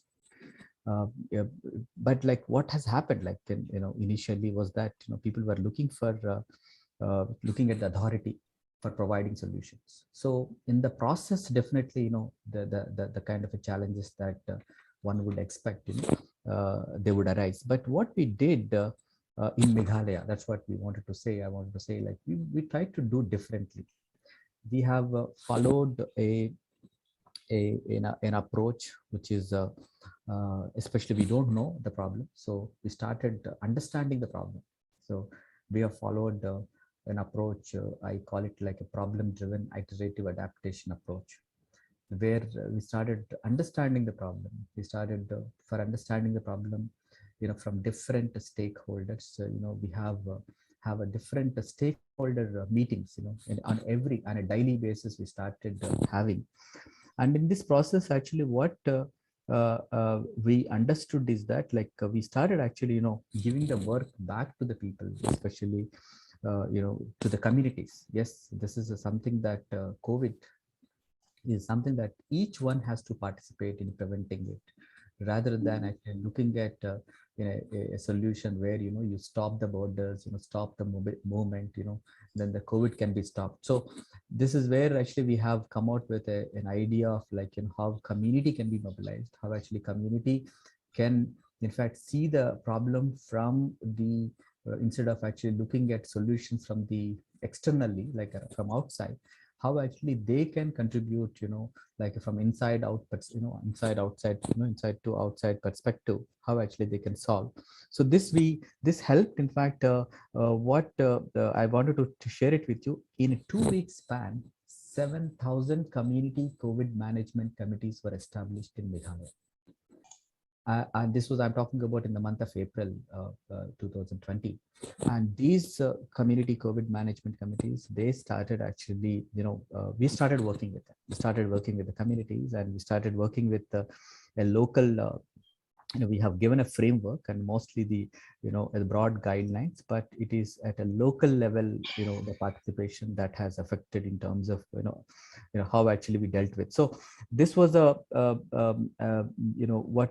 we understood is that, like, this especially this COVID pandemic, from the governance point of view, it has brought very important thing, that, like, the importance of promoting that distributed and decentralized leadership, especially because this is a one very important thing. So we as a result, in fact, we also brought this village health councils concept by seeing the kind of a success that what we have seen with the community COVID management committees that we have constituted. So what I wanted to say is that we need to there is a need for really that what we talk about, that decentralization, need for stakeholder engagement, so that there will be there is more sensitivity. There is more sensitivity. In fact, our village community, they started taking care of the poor.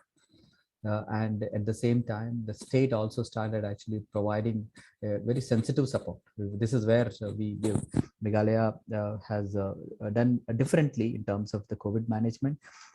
Then I just wanted to tell you, we also have seen this. We have used this opportunity to really understand how how to strengthen the health systems in the state. The reason is that, like, it has given COVID has given an opportunity for the state governments to really focus on the healthcare, to really see deeply look at the healthcare systems, how actually we can improve those systems. One of the examples I would give, in fact, the state Meghalaya has invested even in the private sector. Private sector hospitals, so that, like, we can, because ultimately the people use the private sector hospitals, private sector, so that their infrastructure, when we built, in fact, we have doubled our entire capacity to handle the COVID related cases. So it has brought this is again generally it is very difficult to invest in the private hospitals, but we in fact this is again a decision that has been taken with a lot of when people are using their health insurance mostly in the private hospitals. So it is it is logical that, like, we should actually improve the infrastructure even at the private hospitals, so that so we that way we used all those methods in terms of strengthening the health infrastructure. At the same time, we also have used this time and opportunity to bring a lot of collaboration between the different departments, which doesn't happen often. So what has happened is that, one, the COVID has given the opportunity to mobilize different state functionaries across the departments, and essentially it's a kind of a repurposing and bringing a kind of a sense of purpose, how actually we can really address the deeper health issues. So we started working on the issues like our high maternal mortality rate and high infant mortality rate. So we started working on that again, using that iterative approach and using that involving different stakeholders.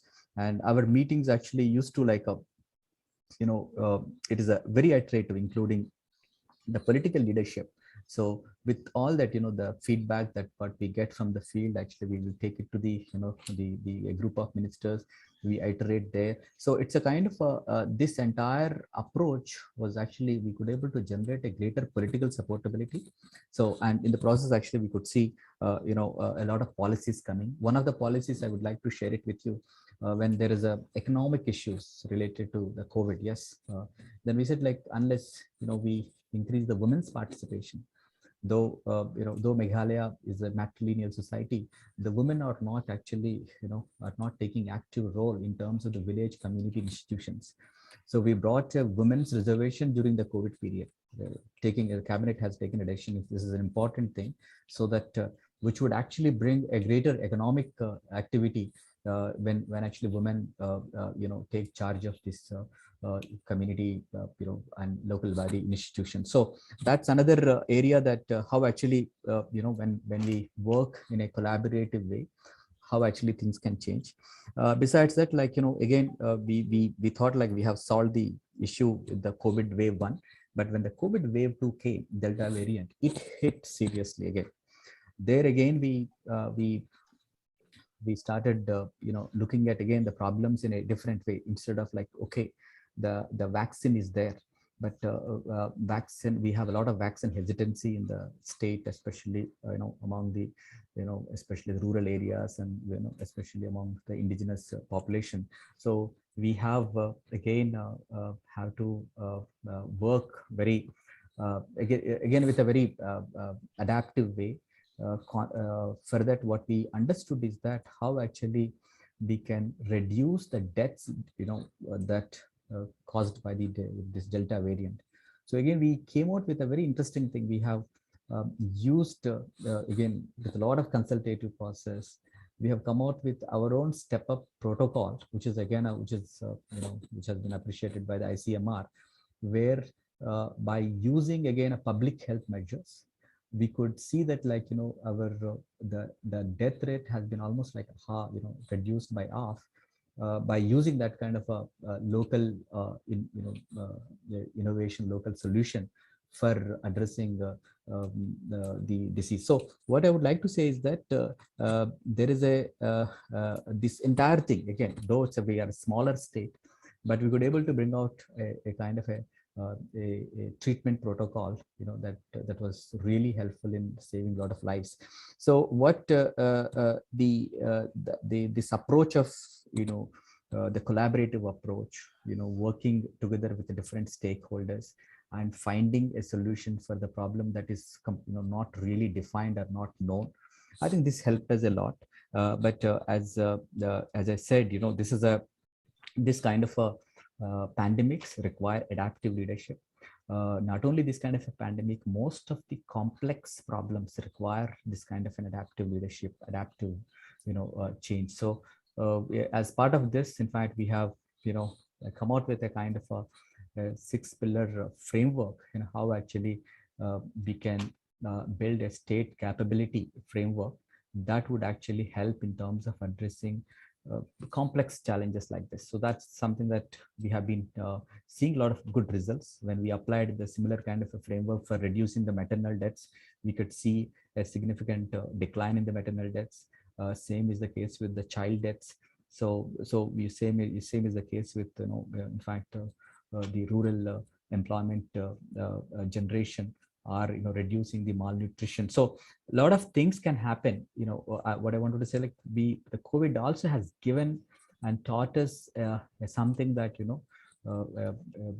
how actually we need to handle these things in a different approach. So I think that, and it has given that kind of a space and attention to do these experiments. So I think these are all I think I hope I have not gone through your book, but I'm the way I'm hearing, I think it's a phenomenally useful for future in fact for the policy related perspective. I think it's phenomenally useful. I congratulate Ms. Indrani and all your team members. Thank you. So thank you so much, sir, for elaborating us your approach in Meghalaya, and it's really quite eye-opener for us. I mean, we actually learned new things within these few minutes, and particularly you talked about adaptive approach, and as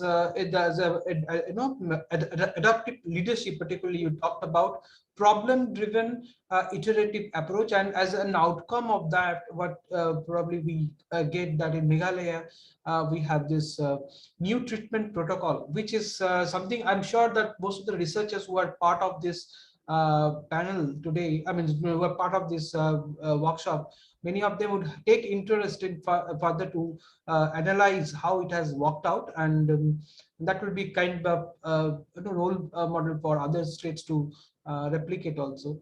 So yes, and community management committees, even we have done some studies, and there also we have found this community management committees are well developed in Meghalaya, and that has probably helped the government to have this adaptive approach, participatory approach. It is something, if you juxtapose with Professor Ravi Srivastava and Professor Mori's lecture, talk, then what we find that actually what they have identified as a gap, probably government of Meghalaya tried to fill this gap from that respect. So yeah, thank you so much, sir. I'll just ask, since it is already very late in US, and so I'll probably, if you have any question for Mr. Kumar, then we can take it, and then probably he can be set free, because it's quite late. So one question is there. Yes, can you, okay, so in QA, so let me see. Okay, so now there is a question from Mr. Ramesh Kumar, and that is, what is a contribution of Northeast Development Council in the whole thing?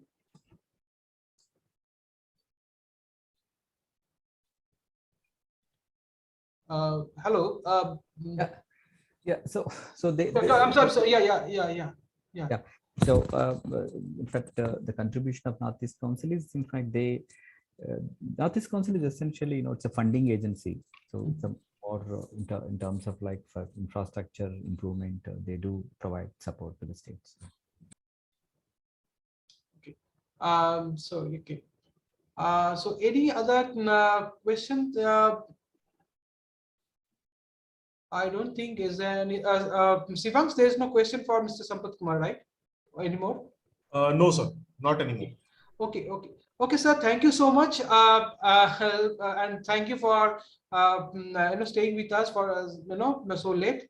Thank you so much. Yeah, thank you so much, sir. Bye, sir. So now we will move to the next speaker, and this is Professor Santosh Mehrotra. And I just give a brief introduction about Professor Mehrotra.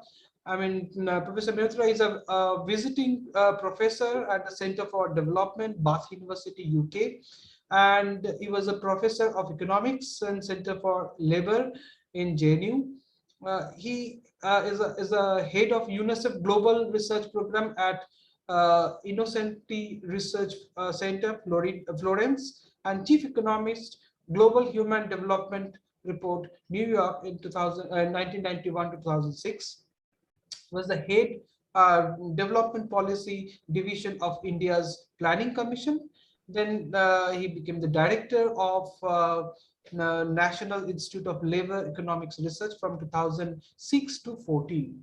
So that's what, and from my side, I will add that you would get Professor Mehrotra's writings in the newspapers very often on labor issues. So if you want to really know more about him, so please search the Google and newspapers. There's a lot of documents on that. So thank you so much, sir, for coming. So now I welcome you for the talk. So sir, now it's yours.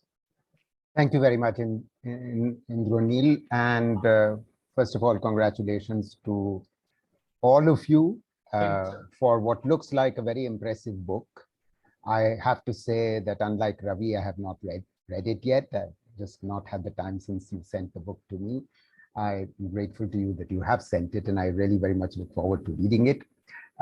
This would be very much complementary to a special issue of the Indian Journal of Labor Economics that came out on the subject, as well as a special issue of the Indian Economic Journal in the middle of last year that came out. And in fact, I have a paper in that Indian Economic Journal issue, and I'm essentially going to speak to that. And that paper is essentially called "What Could Have Been an Alternative Fiscal Package in lieu of what was in fact put in place." But before I begin the substantive part of my intervention, I want to sort of just say to very briefly reiterate the point that Sebastian was making about how the economy had been systematically slowing in the run-up to COVID, and what the labor market impact was of that. And you get a sense of this in the following numbers that I will reel off to see how serious and grim the situation was. All of us now remember the numbers that were revealed by the PLFS, which told us that already in 2017, we were at a 45-year high of open unemployment. But look at what was happening to youth unemployment. That's what I want to point your attention to.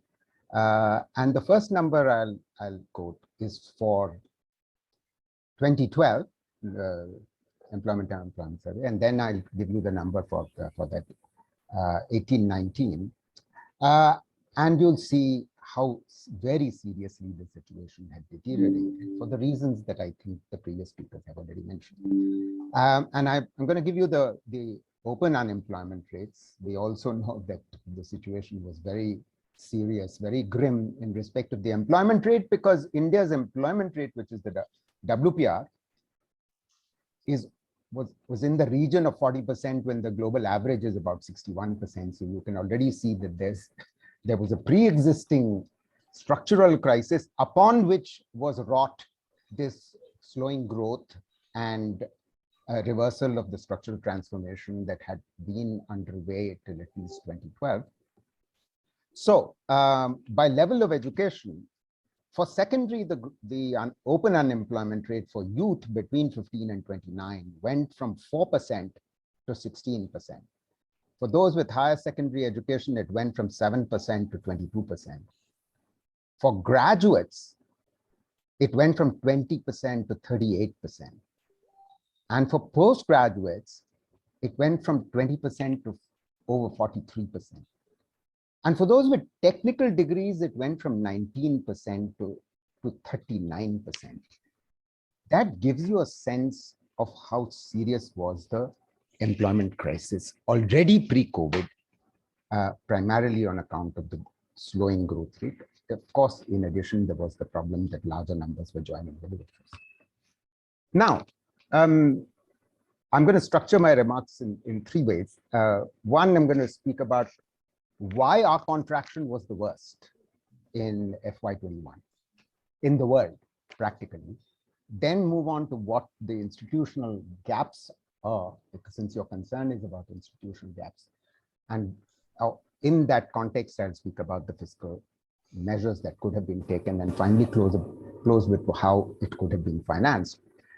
So why was our contraction at 6.5%, 6.6% in FY21, when the global economy contracted by only 3.1%? There were essentially two reasons. They've been referred to, but I want to put this in an international context. As you can see from this comparison of the size of the contraction. The first was, of course, how we handled COVID. And there were 3 or 4 problems which have been referred to, but I think the international comparison will highlight this even more. Firstly, we had an unplanned lockdown at 4 hours notice in a country as vast and diverse as ours. South Africa, which is 1/20th our size and 1/10th the size of our economy, gave 4 days notice, although it also put in place a national lockdown. Secondly, we put in place a national lockdown. By comparison, China did not put in place ever a national lockdown. That's where the disease began. Their lockdown began in Wuhan, which is the capital of Hubei, and then it was extended to Hubei province, and they restricted travel between Wuhan and Beijing and Wuhan and Shanghai, but they didn't close down all flights, all trains, all roadways, as we did in our country, for the entire country. Thirdly, our lockdown by the Oxford University Britannic School of Government was the most stringent and the strictest of all. So why should we be surprised that we could have essentially, we would have had a complete collapse of the economy, particularly for those who could not work from home. Secondly, as though this was not bad enough, came the nature of the stimulus, which has been discussed. But I want to put it again in the international context. So it will highlight for you how poorly designed, as Sebastian rightly said, was a combination of fiscal and monetary and credit stimulus measures. So I'm going to give you the comparison with developed economies, but really the more important comparison is with the emerging market economies. This is for FY21.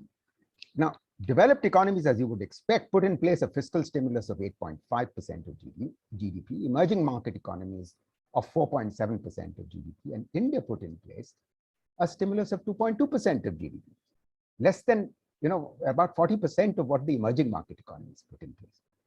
By contrast, on the monetary policy actions, the emerging market economies size of stimulus was 1.6% of GDP, but India's was 6% of GDP.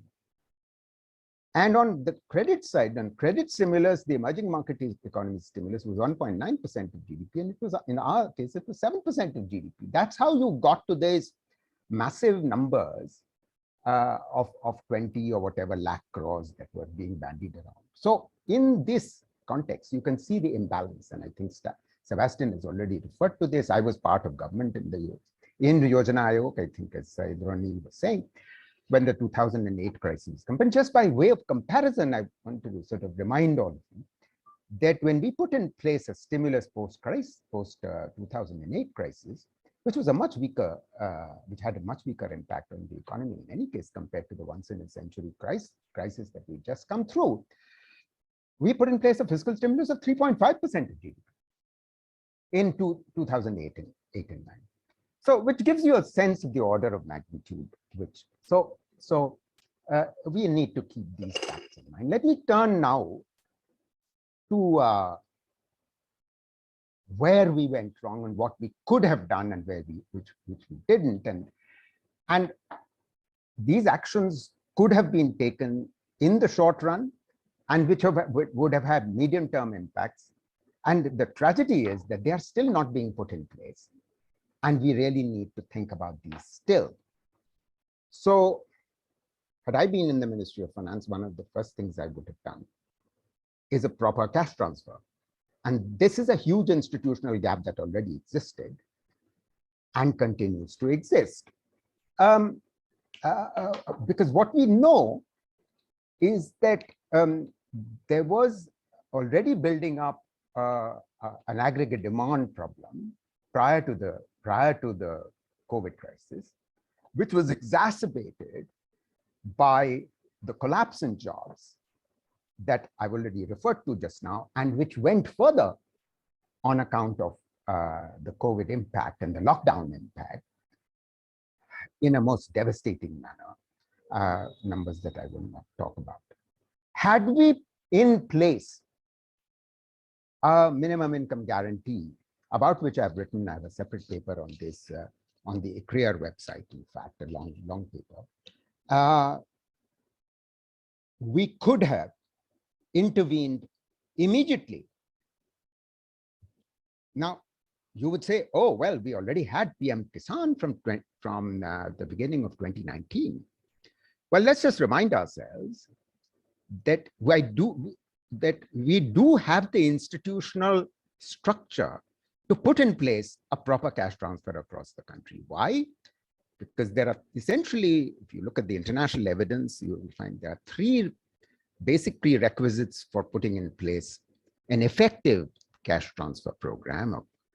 One is most people should have bank accounts. Two, you should be able to identify the target groups correctly. And three, you need biometric identification so that you are identifying your beneficiaries directly. I'm not one of those who's in favor of a universal basic income. I think targeting is perfectly possible in our country, and that's essentially the design that I've already presented in that working paper. But anyway, bottom line is the institutional infrastructure is there. And the vast majority of the emerging market economies actually put in place increased cash transfers upon pre-existing programs of cash. So they didn't suffer the kind of demand contraction that we suffered. Let me turn to a second subject. Sorry, just one last point on this cash transfer. We all talk about what the impact on the MSMEs was, and Sebastian was right in saying that some part of the credit and liquidity stimulus did help from most MSMEs from collapsing. But the fact of the matter is, two surveys, one in the middle of 2020, another in late 2021, and yet another one more recently that I've seen by Maharashtra government, which is local to Maharashtra, quite clearly say that a lot of MSMEs have closed down. We don't have the time to go into. The point is, had aggregate demand been kept up, been buoyed upwards, then this collapse in MSMEs that you have seen would not have happened. And if the collapse in MSMEs would not have happened, then you wouldn't see an economic collapse and the jobs collapse that was precipitated by this. So let me turn to the second thing that we didn't see happen. And this is as follows. I don't have to tell anyone in this audience that India spends on public health now, after some increases, 1.29% of GDP, one of the lowest among emerging market economies. But what did the government do in the health budget? I'm talking about the central government. Please remember that the state governments had very little room for maneuver for reasons that all of you understand, and I think previous speakers have referred to it.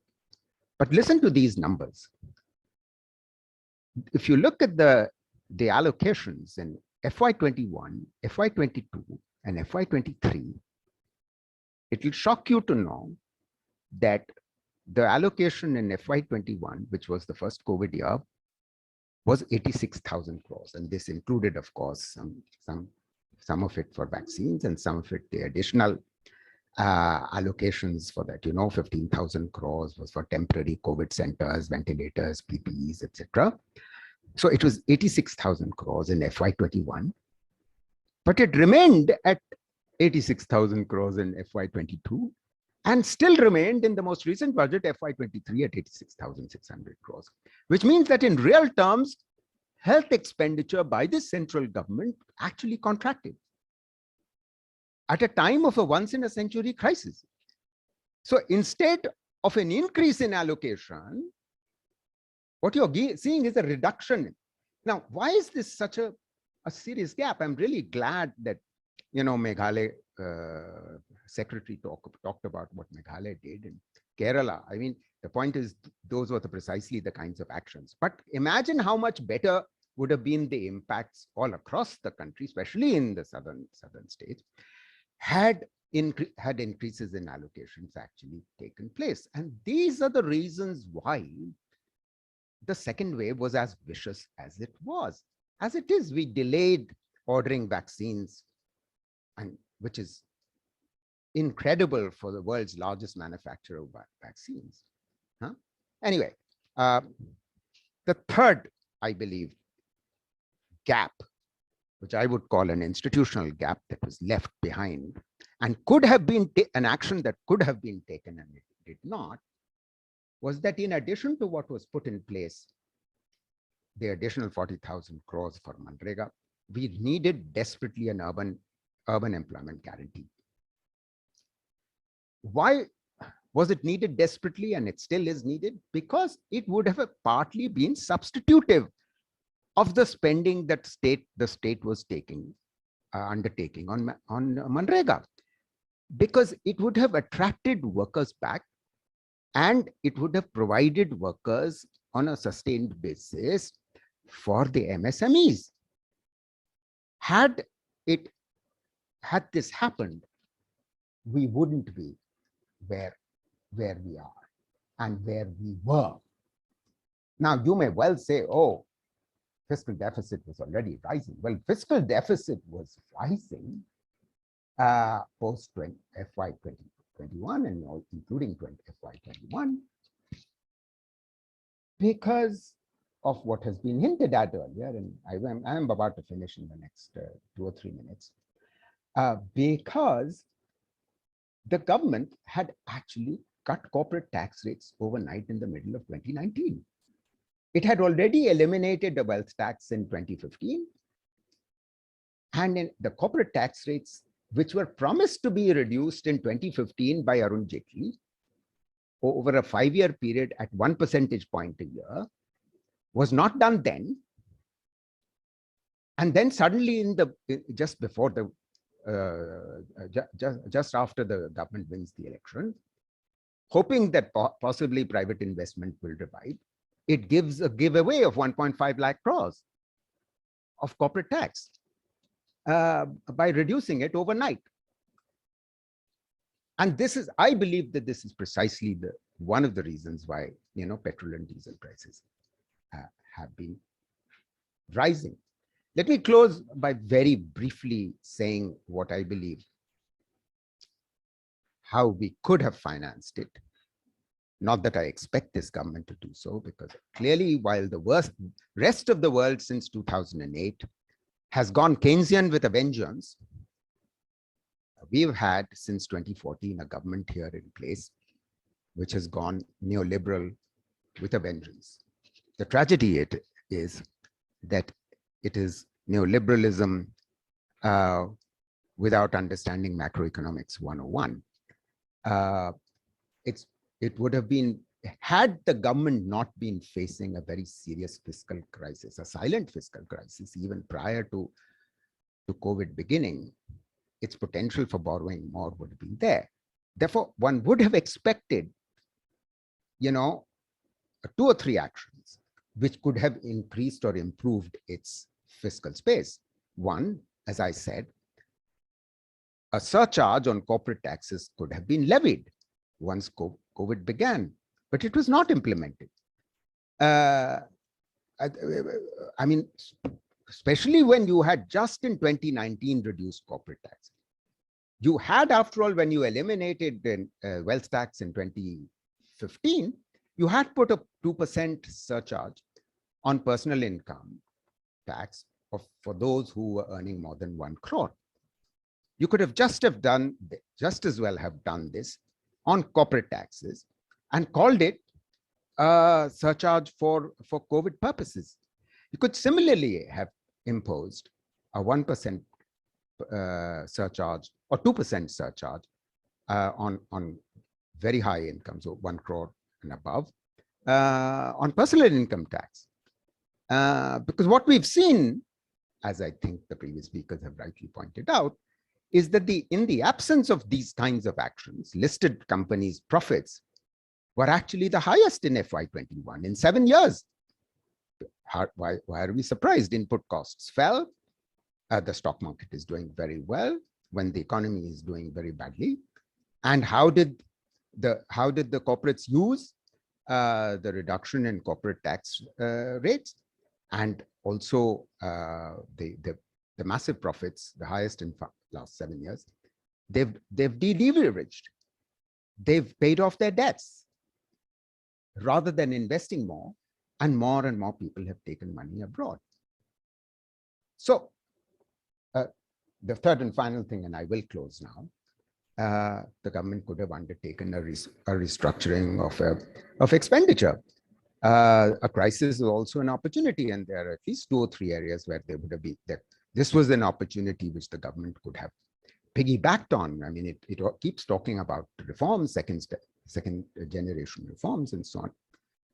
One important action could have been, reducing unwarranted subsidies, which are usually non-merit subsidies with no public interest rationale, for under recovery of costs for electricity, for water, etc., which amount to, by an estimate by Professor Sushadipta Mandal, a 4.4, over 4% of GDP. Secondly, they could have taken some action on the revenue foregone in the form of tax exemptions and concessions for direct and indirect taxes, which amount to an additional 5% of GDP. And had it done these sorts of things that I've just been talking about, it could have saved us all from the pain it is inflicting upon ordinary people, middle class and below, by stopping to raise taxes on diesel and petrol. They are doing it, of course, because it's the easy means of collecting revenue. But can you imagine, at a time of a once-in-a-century crisis, when the economy has contracted and even in FY22 has barely recovered to the 1920 level, when its per capita income is actually still down to 17-18 levels, and per capita consumption, PFCE, is actually down by 5% in FY22. You take you're supposed to take counter-cyclical action. You're taking cyclical action by raising taxes on diesel and petrol and putting in place an inflationary cycle. So, all of this could have been done, should have been done, still needs to be done. And let me stop here by just closing to say that, even before 2020, my estimate is that although the incidence of poverty had slightly fallen from 22% in 2012 to 21%, but the absolute number of the poor had actually risen. And quite contrary to what Bhalla et al. And Surthinkar Roy, etc., are arguing in working papers for the IMF and the World Bank, we've actually seen an increase in poverty post-COVID rather than a reduction. Thank you very much for your attention.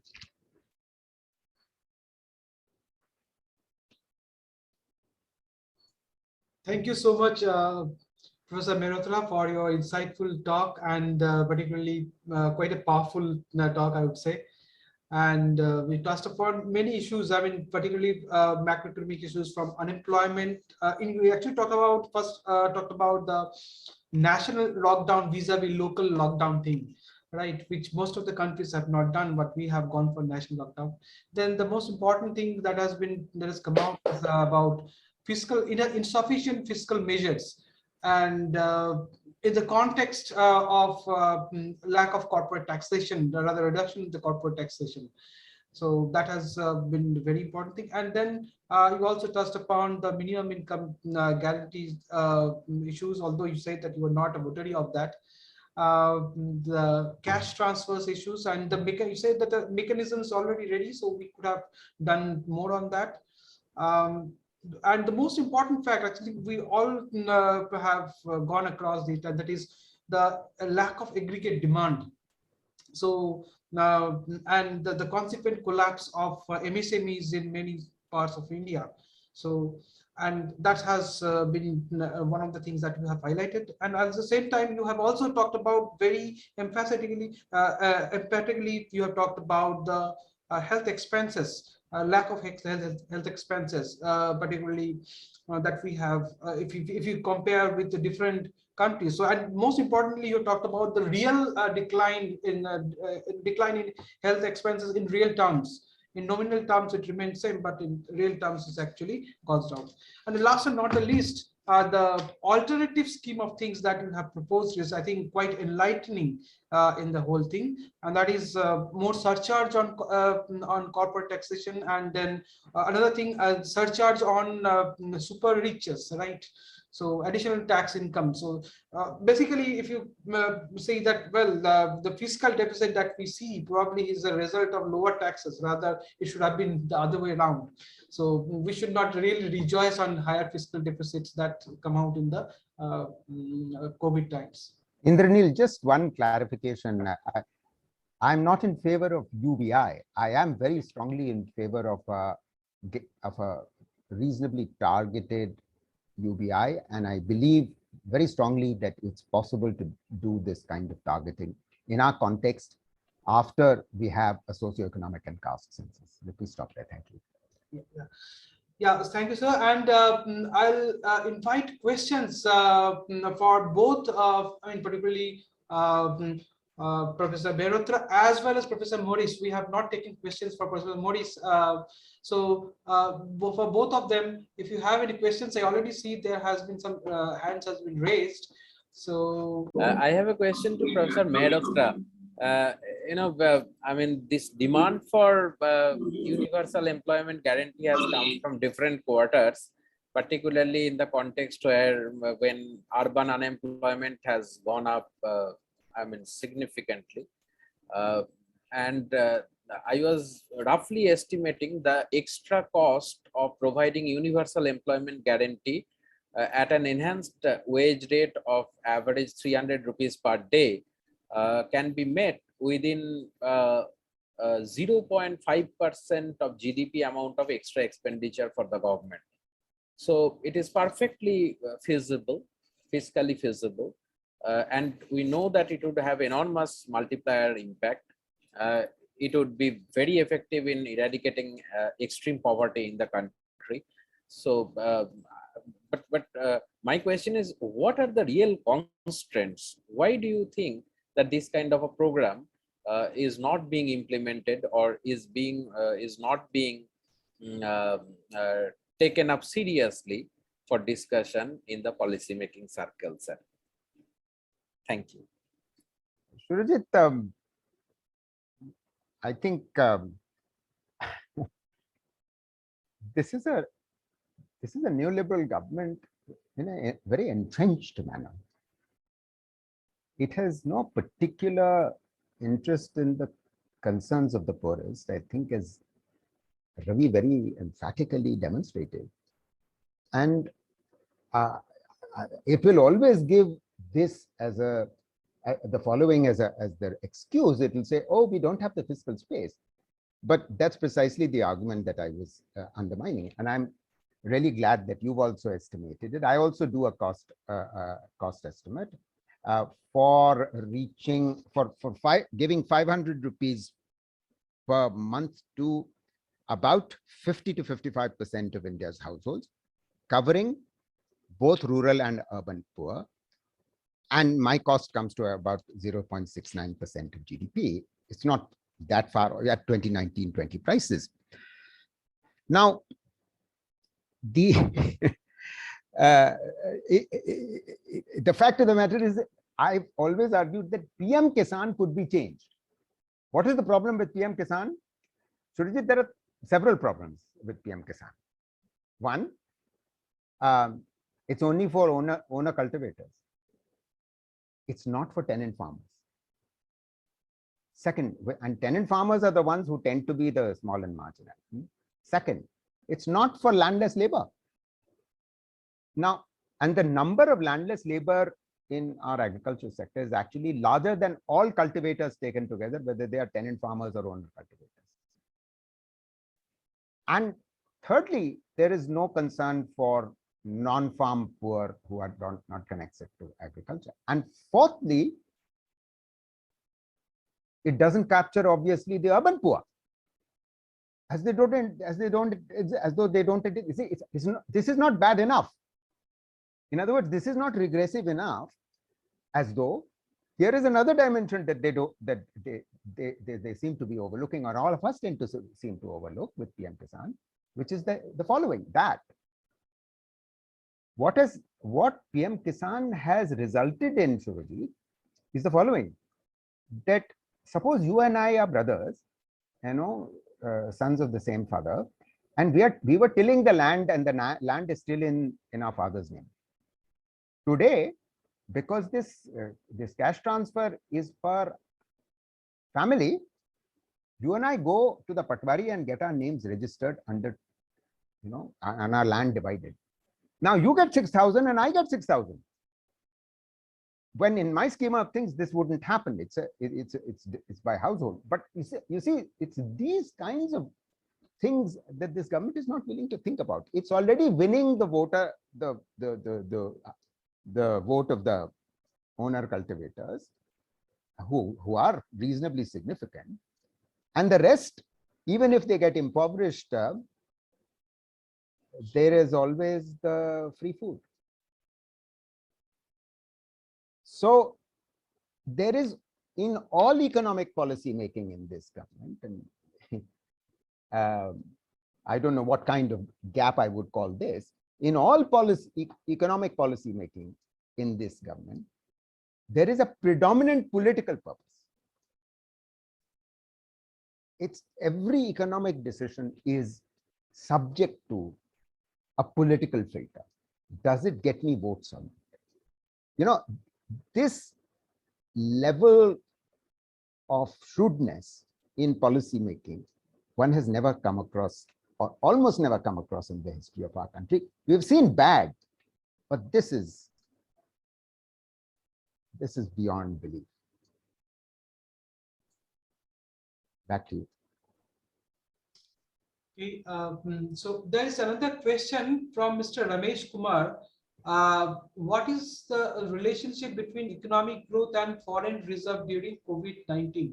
So I request Professor Maurice if he can take this question.